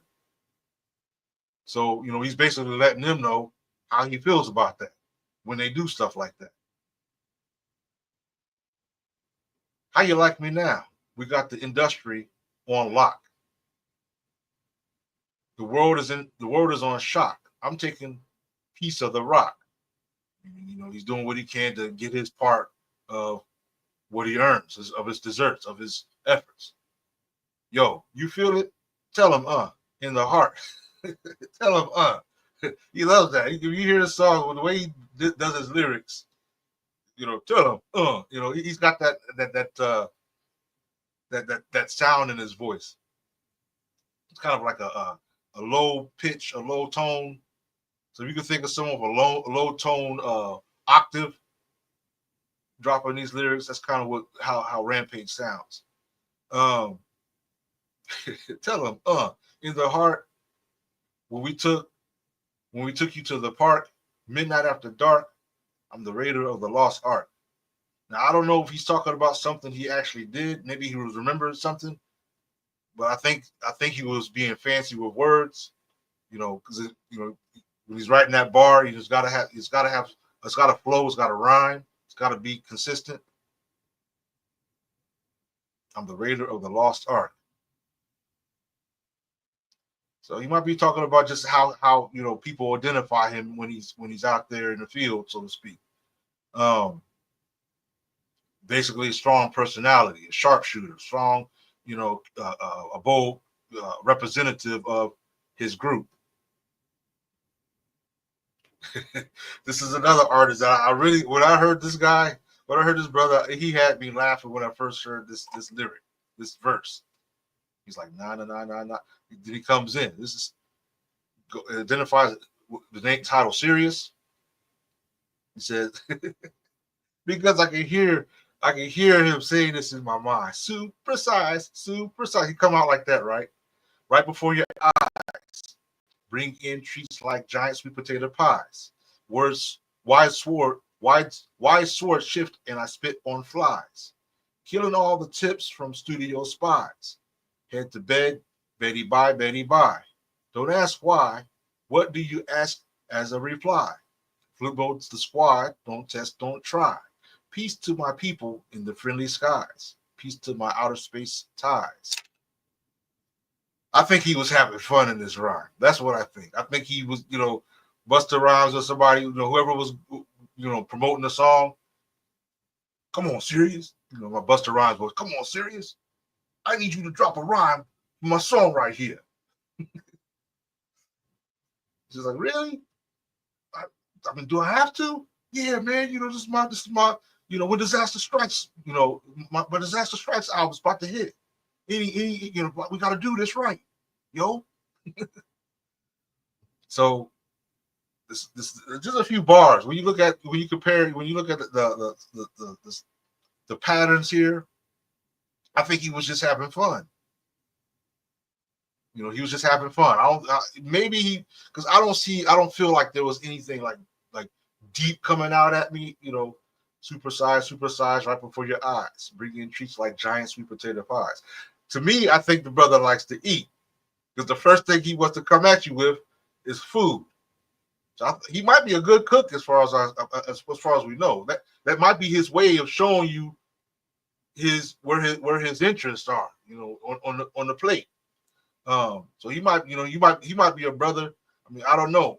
He might be a brother that you go to a cookout and he's the one on the grill. You understand what I'm saying? He's the one that's on the grill. Wide sword, shift. I don't know. That might be something right here. Wide sword, shift, and I spit on flies. He said wise sword. In other words, we use a sword for combat, but he's saying to you that he's going to use it with wisdom. So he's putting a lot in just a few words there. And I spit on flies. Flies are annoying pest insects. So you can kind of see a metaphor out of that with annoying people that might be a nuisance in as far as he's concerned. Killing all tips from studio spies. You know, I think back in the days we used to, one of the things we used to frown upon is people who bite rhymes, people who intentionally bite rhymes just on the point of biting rhymes. And you come to find out, like, hey, those weren't his rhymes. He said he's biting off of so and so's rhymes.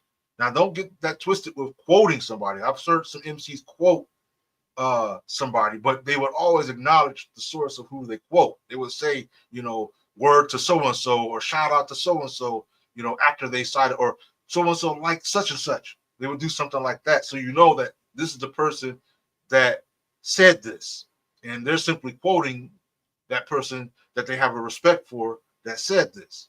But biting is when you just take a whole chunk of something and you don't even acknowledge where you got it from, but you play it out like it's yours. That's biting. You make it like these were your bars all along. Nobody likes that. So I think that's kind of what he's getting at with Studio Spies. Head to bed, Betty Bye. Again, I think he was having some fun there. Don't ask why. Why do you ask? As a reply. He was just rhymes right there, just rhymes. Because I know, sometimes I'll be writing my rhymes and it'll be like just a piece. Like I'm flowing, like that, boom. Like, oh man, there's a piece right there. I need this, something's got to rhyme with that. I was talking to my wife the other day. I'm like, man, I got this part right here because I was dropping a flow and I was saying it in Creole. In Creole, I'm not adept in it, but it's one of the languages of my peoples, right? So I wanted to have these bars in Creole, but I wanted it to be correct. I wanted it to be accurate and understood by Creole speaking people. So that way it was like, okay, they know where I'm going with what I was saying. But the thing is that there was a certain word that needed a rhyme to follow it, a rhyming word to follow it, and I couldn't think of it at the time. So what did I do? I just took that part out and said it in the English part that I'm familiar with. But the other part I kept the Creole because that was it was, to me, I liked how it came out.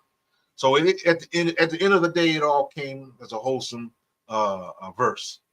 Stay tuned for that. That particular song that I'm talking about is titled what was it titled? Love Done Righteous. That's what it's titled. So it's coming soon. I think on the 12th. Love Done Righteous. It's a double. That means there's two songs coming with it, and the title of that is Love. The title of that is Life, Love, and Pain. So look for Life, Love, and Pain, and if you purchase that or get to listen to that, one of the songs in that double is Love Done Righteous. Enjoy.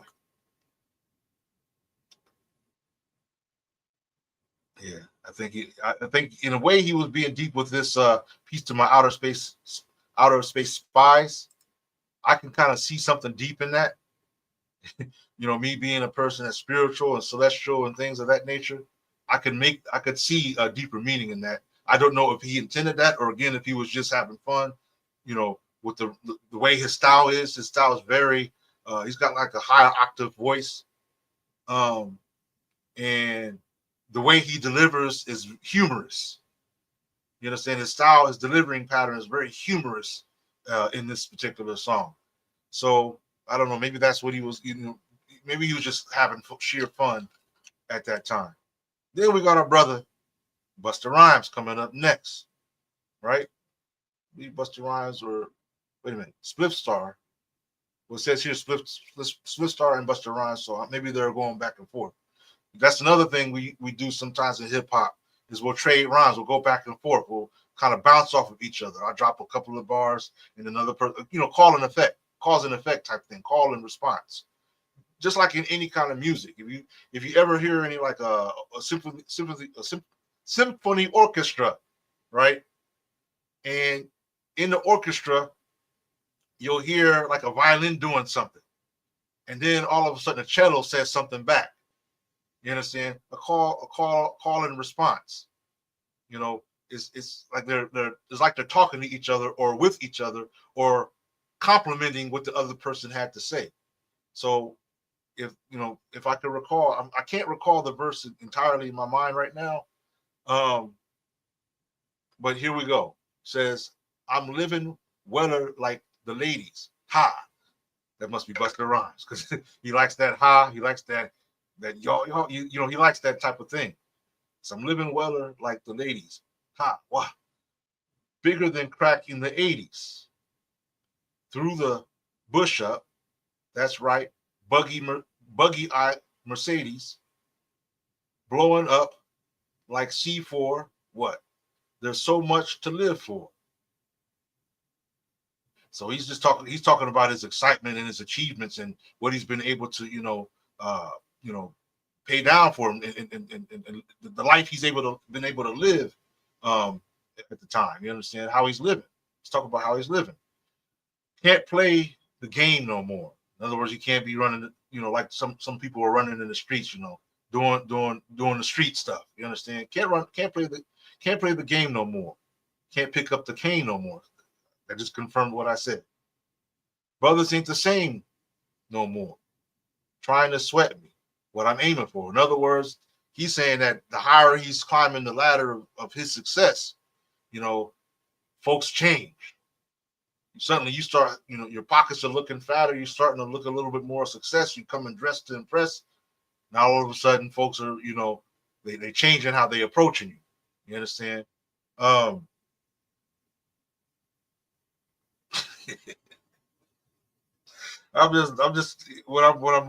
hearing their voices when I'm doing this. Get themselves caught up. F.A. Torah. I want to get the, censor or whatever. I don't know. Maybe they have some problems with those words or something. In the worst way, the only way you can stop me is cock your Glock and shot me, drop me, pop me. Make sure you that you got me. Because anyhow I live, I'm coming back for you, Poppy. So he's basically talking about, if it goes down, you better get the job done. Because if you don't get the job done, I'm going to be knocking at your door like, did you forget something? Anyway, then they go to the hook. So what y'all want to do? We could take it outside. What y'all y'all ninjas want something? We could take it outside. It's going on like that. That's the hook. I'm gonna oh yeah, maybe Shannon. I forgot how his voice sound. I was trying to think of how his voice sound. I think he's kind of got like a Nas level voice, if I remember. Not that he sounds like Nas. I'm talking about the octaves that Nas flows on, because everybody has an octave. Your natural voice has an octave. Some have a real deep voice. Hey yo, I got a deep. Some have a deep voice, and some have a voice that's very high pitch. I don't know. I'm still, the jury's out on the octave of my voice. It's hard for me because when I hear myself on the radio, it sounds a little different than the way I hear it in my own head. And I don't know if that's common for other people, but when I hear it in my own head, I hear one thing. When I hear it played on a tape cassette or something, or CD or whatever on radio, it sounds a little bit different. But I still know it's me because it's my way of words, my accent, all that. Push up in the hot rod. Alley Cats, a rah-rah. Oh man, I forgot about Rodiga. We gotta go through her too. In this song. All my flip mode in the back seat with the chrome 9s. Man, everybody's strapped to this song. You better behave around these brothers and sisters because everybody's, man. I'm here to bust mine. Ninja, fragile, let his brain fry. So they ain't talking about all. They really on a defensive element, going on here. Letting people know that they're not someone to mess around with, basically. Pretty boy sliced up. Feel the contact from this red eye. You fail to realize when the max me, you drop the plastic. I don't know about that. Run up in your crib and snatch them Hemis from the mattress.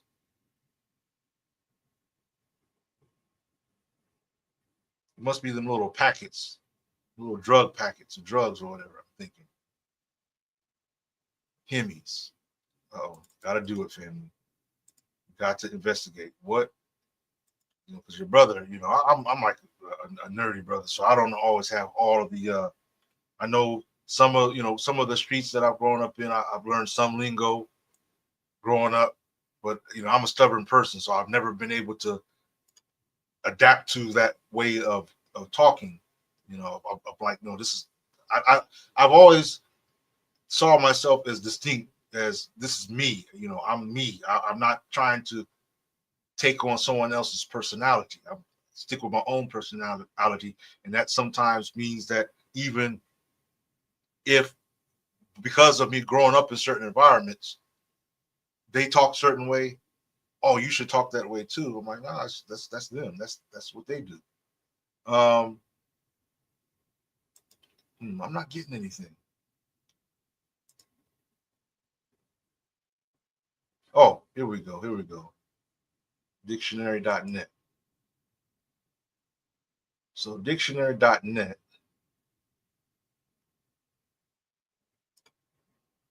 It's not even giving me an example. It says this dictionary definition page includes all possible meanings. It's not giving me no meanings. It gives me an Arabic variation of the word. Persian. It even gives it to me in sign language. No definition. So let's move on. But what I can say is, if anybody knows what Hemis are in the commentary, drop the definition. I'm curious to know what Hemis from the mattress. My crew expanded. You got that Busta Rhymes. Woo-ha! QB is where we landed. My crew expanded. Woo-ha! QB is where we landed. Yellow strip. You crossed it. Now I'm forcing you to drink this Shams potion. Show me where loaded. Show me where loaded. There might be a typo there. To drink the Shams potion. Show me where loaded. The Desert Eagle here cocking. I think he might be a military a vet. I think he might have been in the military with that line right there. The Desert Eagle here cocking, loving my doggies. He's got dogs. While we're shining, continue flossing. Flossing basically means continue, dressing to impress, and going about in style and things like that. So that's that. Oh, and Lord have mercy. How did I forget? So we got here this one. Lord have mercy. Busta Rhymes. Rod Digger. Flip mode. Here we are. Where are we? Where we are. F stepping on toes, says Rod Digger. F stepping on toes. I crush the whole shoe. Pronto like crew. She's got like a low octave lady's voice when she rhymes. It almost makes me think of the way Lauryn Hill rhymes in a sense. Because Lauryn Hill, when she rhymes, not when she sings, when she rhymes, she kind of has like a low octave to just above that. A little bit higher than Rod Digger's, a little bit lower than Lauryn Hill's voice when they rhyme. So you can think of like, that when you're hearing her. And her deliverance is it's like deliberate. It's like the words are like boom, boom, boom, boom. Like I crushed the whole shoe. That's how I crushed the whole shoe. Pronto like crew. She's kind of bringing it like that. So I'm triumphant like woo. See, that's what I'm saying. That's what thorough artists will do. when they cite something or quote something or want to, salute another someone they respect, they shout them out, just like she just did right there. She just shouted out Wu-Tang right there. And she identified their song, the song Triumphant. Dun, dun, dun, dun, dun, dun, dun, dun, dun, that song from Wu-Tang. She just shouted them out right there in that bar. The SU talking crazy like ninjas turning in their handguns. So she's obviously pro gun rights. Some of these other people like to sit there and jump on the bandwagon of turning in your guns and all this stuff. She's not having it. I be burning MCs like Betty grandson. That must be that's a name there. That's someone there. I would look it up if we had the time, but we're crunching right now. And smoking Grey Poupon, boy. Yeah. In 2 lines, I chew rhymes. Because Rod Digger could flow. If you hear how she delivers, she could flow. If you saw, you wouldn't even expect it. You would think she's going to come like with something soft and buttermilk, but she don't. She comes like hammer, like Thor's hammer type rhymes. Real hard, because a lot of some of the modern day, or not modern day, but some of the lyricists of today, they can't deliver like that. It's like they're carbon copies of one. You hear like the style that Little Kim has in variations, and Kim, Cardi B, and all these other ones, and it's just they just sound like they're variations of Little Kim. Just some type of spin off of Little Kim. I'm kidding you. I'm not kidding you. Just and I don't even really listen to some of these, but if you play Little Kim like back in the days, and then hear some of these sisters of today that are out there with this other stuff that they're flowing, it just sounds like a variation of Little Kim in some fashion or way. And in fact, before I even knew Cardi B, I thought that's who that was at one time. I thought it was either her or I can't even think of the girl's name right now.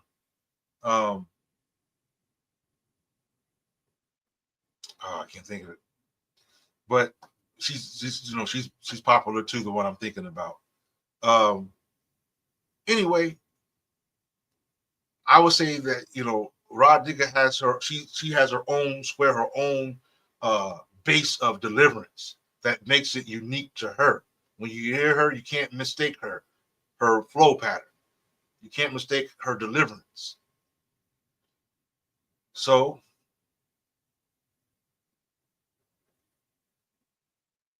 says I make ninjas fold like they was futons. Them couches that fold in all day outsiders. The squad be flip mode. We get our D road and whole S load. I had to do all that bleeping because sometimes their songs be loaded. I had to be choosy with some of the songs. Some songs be so loaded with their choice of words. Then they go to the hook. And here's our brother, Lord have mercy. I know there was like some type of differences of opinion that they had later on, and he went his way from what I understood, but still is, another artist worth, digging into his lyrics and analyzing, because oftentimes he's known to drop lyrics that you could tell he was thinking on. He was in the lab brainstorming on, right? Not saying that all of them were always sound lyrics, but you could tell that he was, really trying. He was crafting his art of deliverance. Yo, you hear the low octave voice. So I got yo would be the official GU Rilla to lead.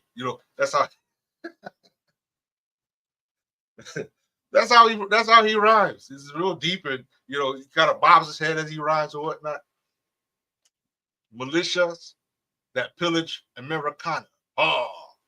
Spit sentences like venomous iguanas. That's oh man, it's too much. But that's how he rhymes. That's how he presents his lyrics. It's real Back in the days, we was like, whoa, who is this? Who is this dude? That's Lord have mercy. Anyway. God. Over that. Spit sentences like venomous iguanas, reminiscent the promise, bring drama like Nicaragua. He's citing a historical context there. Fatigues, march, army leaders, they count crooked drug dollars. Talk about the drug trafficking and whatnot. A sip fresh squeezed milk from the titties of Gamas. Okay. Titties, by the way, is just another way of saying breast. Nipples. So that's why I said that, because it's not necessarily explicit the way he's using it here. He's actually talking about an animal. The Yama is an animal. So okay. Leave cities in carnage. Pretty as farmers that pour whiskey at harvest and hold 16 bananas. I think I did that back then when I first heard this part. Like, pretty as farmers that pour whiskey at harvest and hold 16 bananas. There's something hidden in there. He hid something in that part. Something maybe he's aware of or experienced or knows about regarding, just, the run-of-the-mill life that they're familiar with. Maintain. That's how he said it. I reign like Mussolini's iron fist. Okay, he's comparing himself with a historical leader of Italy. Mussolini was the leader of Italy, and he did have an iron fist. He busted up in Libya, busted up in other places, and he didn't show any mercy. He didn't show any mercy at all. He's actually considered by some, especially amongst our brothers and sisters of the motherland, as a tyrant. And yeah. So he's saying, I reign like Mussolini. In other words, he's saying, I don't show any mercy, like Mussolini's iron fist. Try on this. You can't see me like vagina, lips. Okay, so we have to consider that part right there. That's got to be considered somewhat explicit because of the way he's using it. But why would he say, let's see, try on this? You can't see me. Because, okay, all right, he's right. The metaphor, the similitude works. But I think the reason why he said that was more to sometimes people will say words to get a reaction. So that was a reactionary word. You hear that, because that's one thing battle rappers and people like that like to do, is they'll say little punchlines that draw a certain reaction because of how either vicious or explicit it gets. Everybody like, bouncing off the wall and stuff, going crazy. Smuggling diamond chips. Bubble anonymous. The dominant will resource and count on script crews. Lord have mercy. What are you saying to us? The dominant will resource, meaning the people in power or people in control will resource and count on script crews. And world wars echoing on. Okay. Busta Rhymes steps back up to the mic. Yo. His voice is kind of hard to get. Yo. I don't know. He's got that. It's like it's sort of aggressive, but it's got some obnoxious elements to it. You better practice what you preach. I got 7 MCs and 10 Gs, a show each. Never interfere in S. Souvenirs for your ears in S. Clear poetry like William Shakespeare in S. Word is bond. Check me out. Hate what you talking about. You lost and you walking about. Ninjas got beef. They really want to chill and start talking it out. He's saying basically, guys, they talking all this stuff. Then when you show up, they quiet as a mouth. They want to try to negotiate and be diplomatic all of a sudden. Well, wait a minute, you was saying all of this and this and this. Now here I am, and you trying to be diplomatic and stuff. You want to sit there and be diplomatic? We can look, brother. We can break bread. We mean no harm. What we were saying actually was that we were speaking metaphorically. We didn't really mean any harm.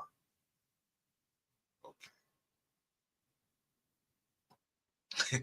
So they oh my God, y'all ninjas be bugging me out. Wish they could lay me down and have the police start chalking me out. Now I zoom in on you. My ninjas start stalking you out. Shut down all the BS y'all total recalling about. He's got I'm saying this, but you understand, Busta Rhymes has a real swift deliverance. You understand? There's something they call this where a person can say words very quickly. I don't know if you remember the guy that did the Micro Machines commercials. Every time they did the Micro Machines commercials, you had this guy who was speaking really, really, really, really fast. He was saying things, but you would have to slow him down to hear what he was saying. And Busta Rhymes has a deliverance that's kind of like that, where he could say, he could present the sounds, the syllables very swiftly, and be accurate about how they come out. And there's not a lot of people that could do it. There's you think of I'm thinking of like what's his name? Is it Twister? What is the guy's name? Man, it's been a while.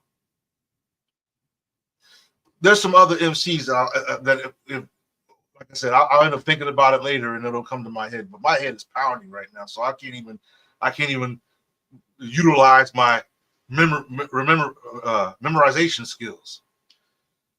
I think it's Twister. I think that's the other MC I was talking about, who's got that when they come out with their lyrics, it's it's precision and swift.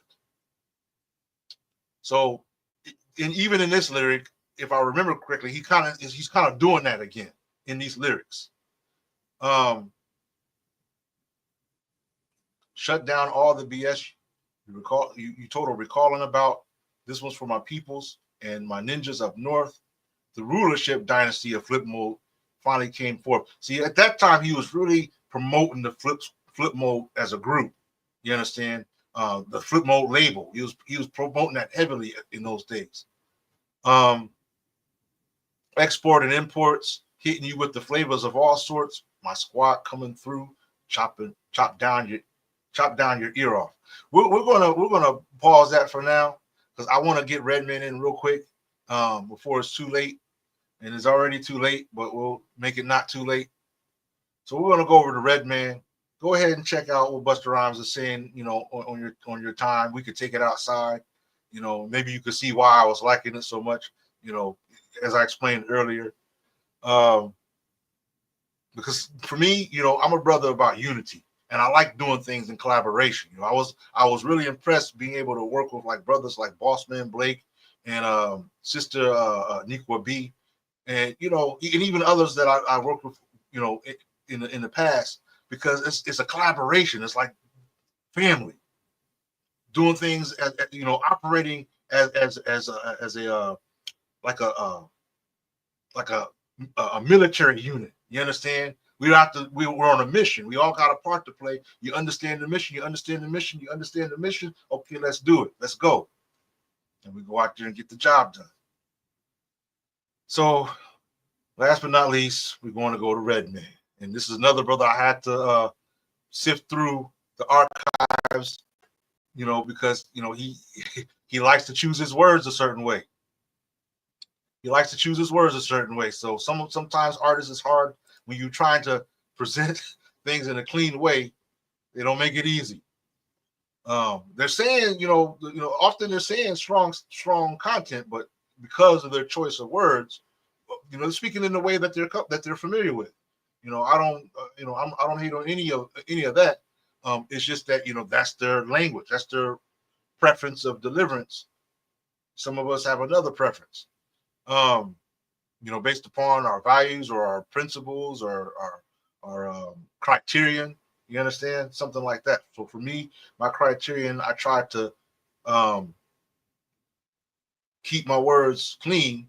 But to be honest with you, it's not hard for me because it's not really in my vocabulary to say anything other than how you hear me talk even right now. So even in my lyrics, they tend to reflect that. I'm not in the habit of saying certain words because it's not in my thought to say. It does, because these words for me, they don't express what I would say. What I say is expressing what I would say. This song, So Rough. And this was a random pick. I didn't really, this was random. I just wanted to make sure that I could do it. But here we go. So Redman, he's another energized, full of energy type lyricist. Aggressive, kind of in your face, similar like Busta Rhymes, these kind of in your face brothers. And they like to have fun with the way they deliver their lyrics. And that's something I can relate with because I like to have fun with how I present my lyrics to you. I don't like to just do it any old kind of way. And I don't like monotone. I don't like being monotone. If I feel like I'm monotone, I'll just say, I'll choose words that I'm saying and say it obnoxiously, intentionally, because I want it to breathe. I want the lyrics to come alive. You understand? I want what I say to come alive. I want you to be hearing it like, or something, whatever. So Redman. Do you feel this is if I remember, I think this was like oh man, was that like a insert? Maybe, I don't know. I can't remember. Redman, do you feel that the blacks in your this is like an interview. Do you feel that the blacks in your community are still mad at the racial situation? Because Redman, he has an obnoxious way of talking. Yeah, they still mad. And if you don't take that smirk off your face, you get in your face, I'm gonna kick your something like that. Over 300 ghetto-related crimes happened in New York or in Newark, New Jersey alone. Still, the saga continues. But here comes his verse. Stick 'em up. I got my jammy to your guts, punk. Because you gotta just imagine him when he says that word punk. He gets closer to your face to say it. He's in your face saying punk. Don't make a move before I choose to make your guts run. He's telling you he's coming at you with the hostilities all over the block because my stomach's in a knot and it grows 24 hours a day around the TikTok. I got roaches and rats up the back.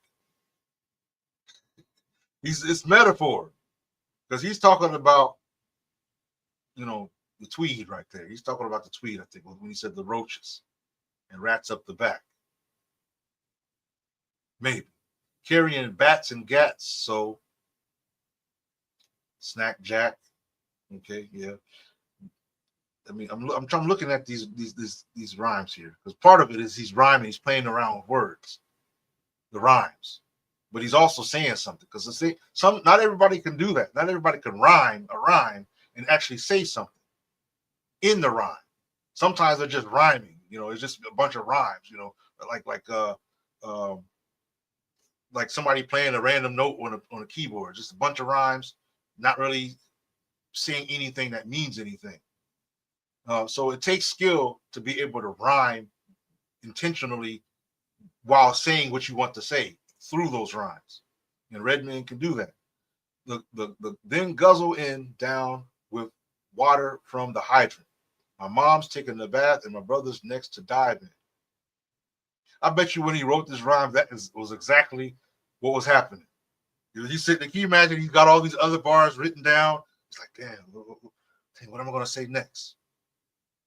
Okay, what's happening? Baby, I'm about to take a shower. All right, moms. I'm just trying to get this verse down pat. I don't even know what to say next.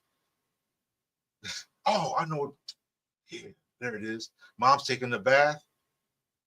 Probably looked over his brother's rap, getting this stuff together to take one right after she comes out. Okay, there we go. There we got that right. Boom. Next. I got to think of a plan so I can eat. He's telling you, I'm right. He was probably hungry right then and there. Sometimes we write rhymes about our immediate experience, and then we kind of, fill it off with other aspects of the rhyme. You understand? We fill in the gaps or whatever with other content reflecting other things we might be thinking about. But I just think that these parts right here, he was actually doing it near or during the time he was writing the rhyme. He was hungry. Brother was hungry. I haven't had a cracker for weeks, so my mouth was weak. My mouth leaks. But there might be a metaphor hidden there. I squad up because I'm gonna set up this kid. Oh, they're about to do some dirt. Carrying loot out from Burger King, and what I'm gonna do is run up on him, snatch the bag of money, and bust the dummy. Want some dirt. Because my man, when I think of a plan, there's no short takes. Because I'm gonna pack Jamie's inside of my North Face coat. That's the name. That's the brand of that coat that they used to wear back then. I don't know if they still have those, but it had North. I think it had something right here, a label or something. Had the Black Brother on scope. No joke. What I'm causing, what I am, because the man's a pure pro. Yo, my man, you got a light? So he likes to joke around and be silly, but at the same time, you can tell that he's talking some street thorough stuff right now. I know some brothers back in the days that I used to kick with that were like that. They would joke around, but they were serious at the same time. You would hear the joke, but they were serious at the same time. Trust me, I know. I'm like, I got it. But I see what you did right there. Took the money, so they went ahead and did what in the rhyme he's talking about. Yeah, man, give me the iffy money, the effing money too. This is, wow, dang, he's jacking dude. He's jacking him for his stuff, and he asks him for a light. This is the type of way that Redman likes to spit. He said that it's these ironies, these real sharp plot twists in his lyrics. So he rolls up on him. He's scoping him out, rolling up on him, waiting for him to come so he can snatch what he's got. But he's going to ask him for a light. Can you imagine him to roll up? You got a light, man? You got a light? What do you say? Hey, give me the money too. Took the money, then I dipped with the quickness. The plan went well, so I got down to business. The question, we're talking about whether the flows are deep or not, but this brings another question that was even common in those days, whether or not the artists did the things they said they're saying in their lyrics, or was it simply metaphorical, meaning it was meaning something else. And sometimes I think both may be the case. That in some cases they did do the things they're saying, and in some cases they were saying they're speaking a metaphor implying something else, meant for the ears of those who understand. Opened the bag, it was filled with paper. I thought I freaked the funk, but now starts to caper because I was set up. So they hit the brother. Now I have to go head up with the cops, but they're carrying black Glocks. What's my next move? My life's on the line. Bullets in their clips and none in mine. Man, he rolled up. He was sitting there with a gun that didn't even have any bullets, trying to, jack somebody. And it ended up being a setup. Sirens on. Once again, it's on. I fell. And then the black clocks went, pow. I got snuffed and I got bust. Now the only thing I'm sniffing is dust because it's, and he goes to the hook. Family, I have to pause. That's our Redman right there. That's Redman. Eric Sermon. Man, I'm just looking at the next line here. Me and Eric Sermon. I remember Eric Sermon. These are some of the cats that I used to listen to back in the days in my tape decks.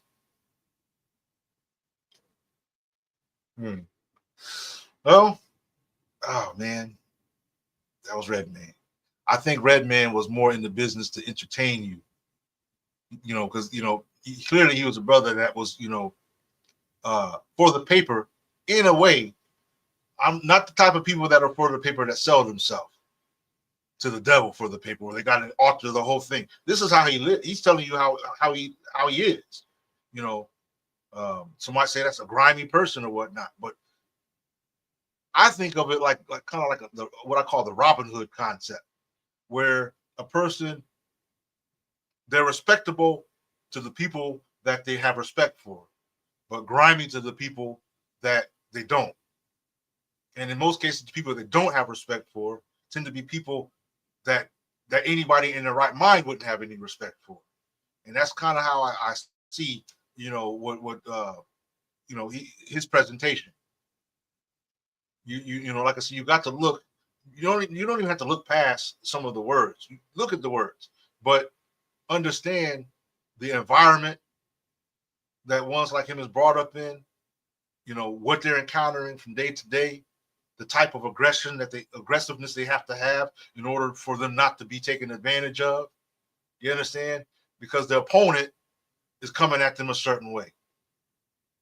And, a man wants to stand on his respect and his honor.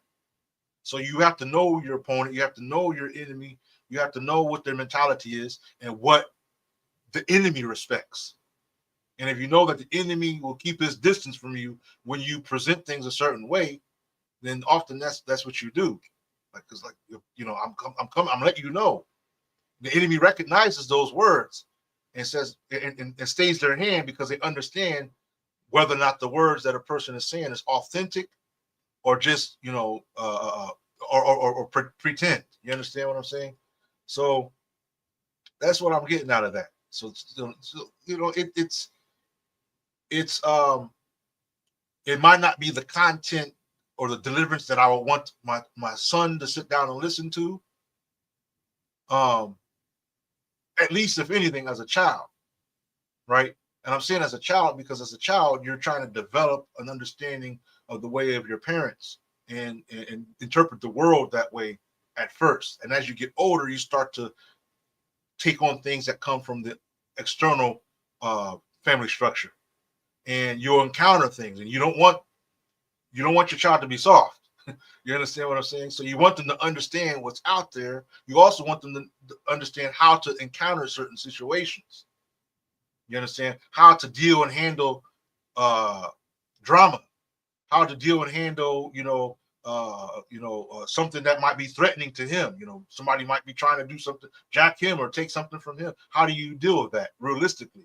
I know there are as an audience that say, well, you should call the police or you should, tell the authority.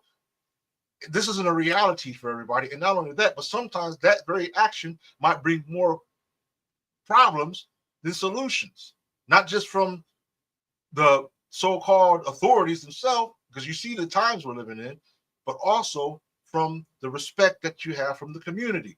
So it's a narrow path to hold on to the respect that you have from your people, from your family, and at the same time avoid, conflict from the powers that be. Because keeping it real is a fight all by itself. It takes wisdom, I would say. No, like they said, know when to hold them, know when to fold them. It takes that kind of wisdom to know how to present yourself in any different gathering. Because I can think that in a proper situation that even someone like Redman, would be suited up for the occasion that calls for it and present himself in a way that deals with that environment. But at the same time, he would handle that with care because he knows that, folks that is on his team are paying attention and everybody wants to hold on to the respect that they have, especially from people that they themselves respect. Hoping that makes some sense. So there's that for Redman. And with that said, we successfully went through all the artists that we intended to analyze, scrutinize, right? Excuse me. So I know I was thinking myself of putting some questions to the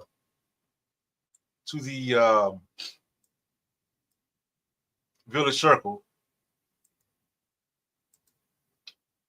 and I'm trying to wrap this up, but sometimes when I have a thought, it stays there until I resolve it. So I want to ask a question to the Village Circle, and I'm thinking of who are we going to ask this to? Let me go ahead and put the presentation screen up, and let's go back to the Village Circle.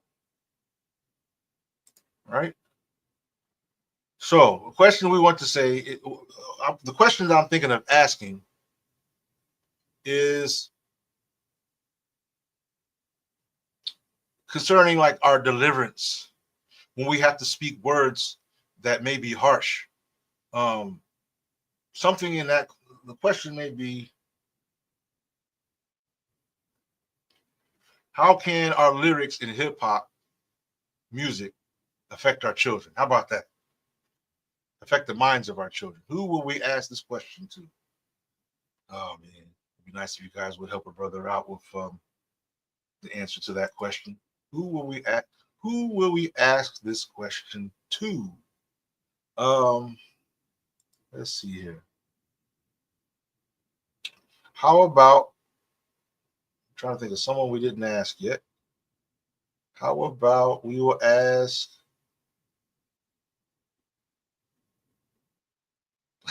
I'm going to ask the old baobab tree. I'm going to ask the old baobab tree. Right? The old baobab tree.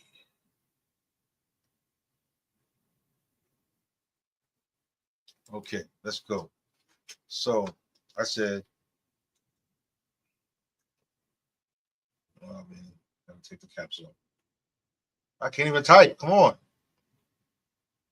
Greetings. This is this headache, man. I'm telling you, the headache is doing me bad. Greetings.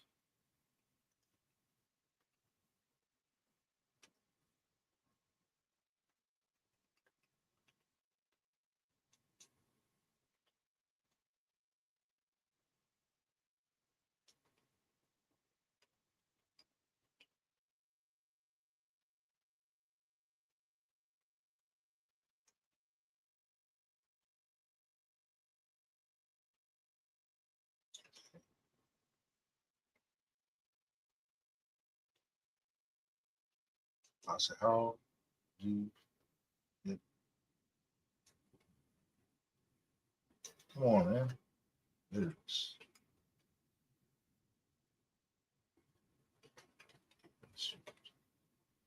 Affect minds of our children. All right. Boom. That's our question. That's our question. What will the old baobab tree say? Oh, and I got to share that page so you guys can see it. Share this tab instead.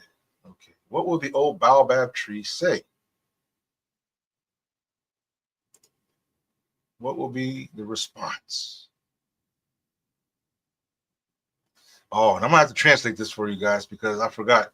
The baobab tree only speaks in Swahili.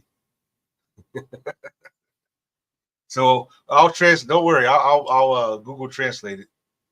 I can speak some Swahili, but I'm not eloquent, so I have to Google Translate. Wow, he's got these villagers just they give us books for replies. It's not like one liners or two like, hi, how are you doing? Fine. What are you doing? Nothing. This is how many of us talk in our messages. You ask if you were to ask the baobab tree, how are you doing? He's going to come up a book. So I'm going to highlight all this. Go over here to Google Translates. Right? Boom. And let's go ahead and put the Swahili in there. All right, so I'm gonna share this tab, and we'll see what the Baobab says. Hip hop ni chomba, ni chombo, cha nguvu, kitaka, kio cha jamii. There's a big word. I'm gonna say it. Inayowazunguka sio tu lugha ya muziki, ni sauti ya mitani, kizungumza na kurudia maisha ya mijini kwa watoto as children. Maneno kati nyimbo hiyo wanaweza kuwa na nguvu kisha wishi matazomo wao wa dunia na jinsi wanavyojielewa wenyewe na wengine. Okay, that was my best effort. I'm just going to say that part, but let's read the translation. Oh man, hip hop is a powerful tool in the mirror of the society around them. Make sure you guys can see me. Okay, good. Hip hop is a powerful tool in the mirror of the society around them.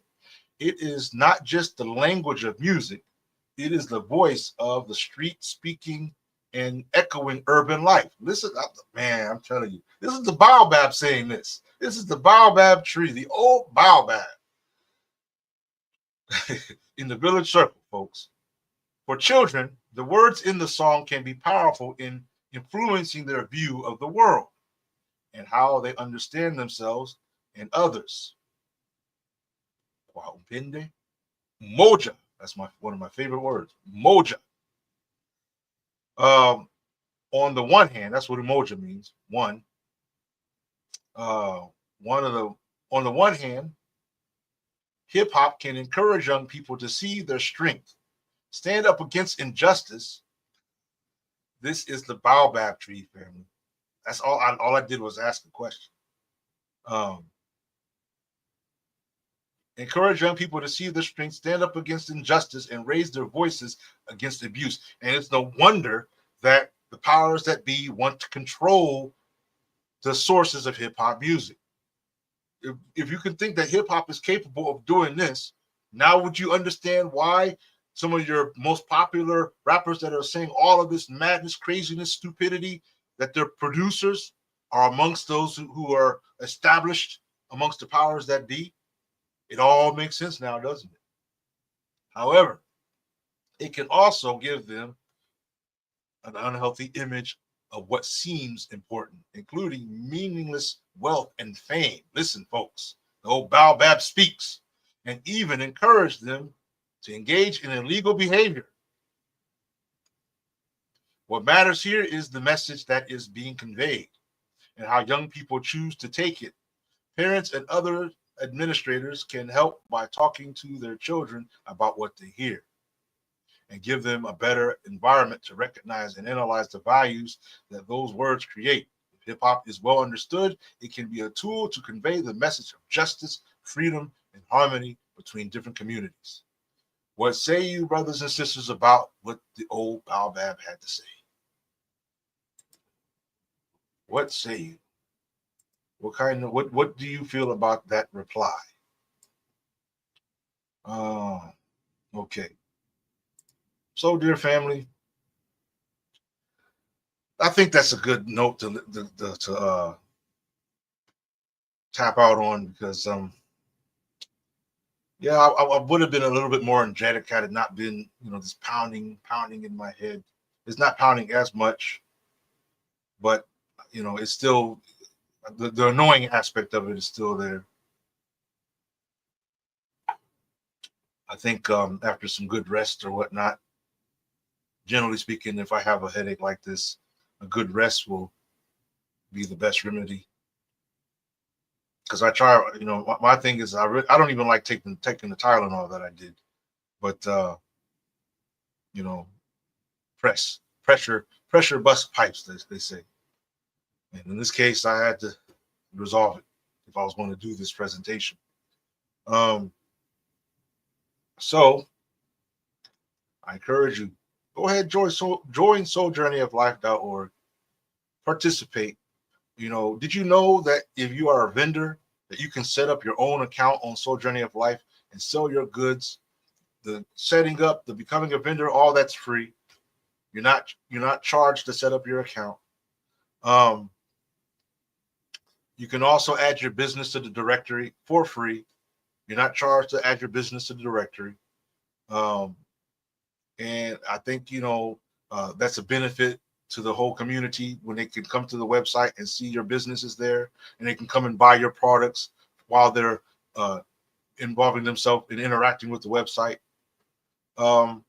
Also, if you have an advertisement, you can present your advertisements on the website, Soul Journey of Life. So be sure to communicate and if you'd like to get with your brother directly, communicate with me, and let me know, or go ahead and follow the steps in the website and get your ad up there, get your ad posted up there so people can see what services and products and services you're offering. It's there. This is what it's here for us to use for our community, for our people. It's Black owned, Black created, for us, by us. Let's get it done. souljourneyoflife.org. Also, show your support. If anything, show your support to the platform. Cash App's right there. $, the Light Dome. Or you can send donations on the website, Soul Journey of Life.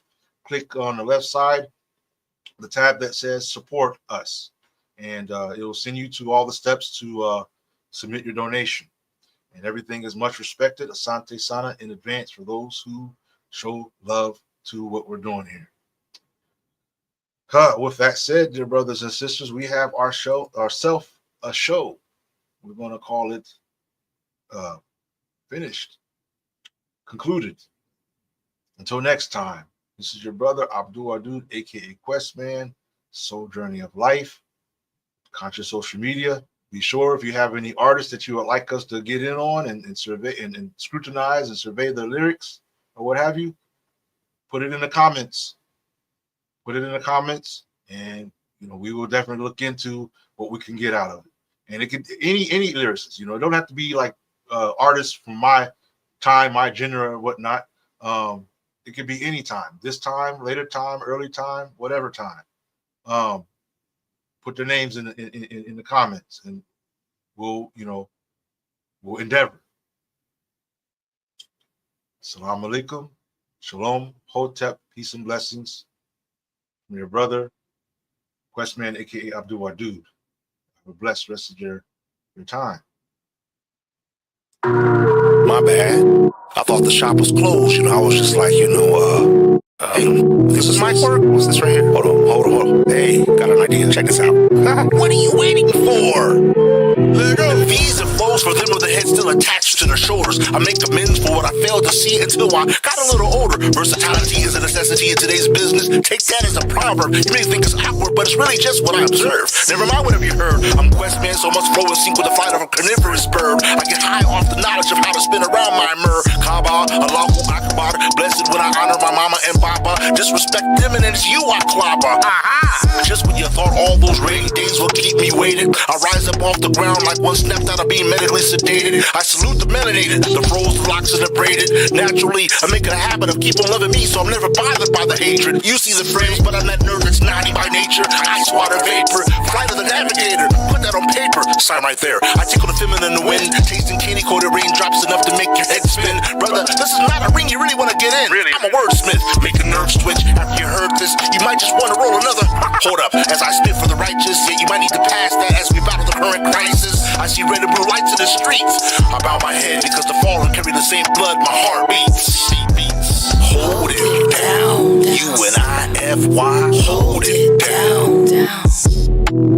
Hold it down, UNIFY. Hold it down.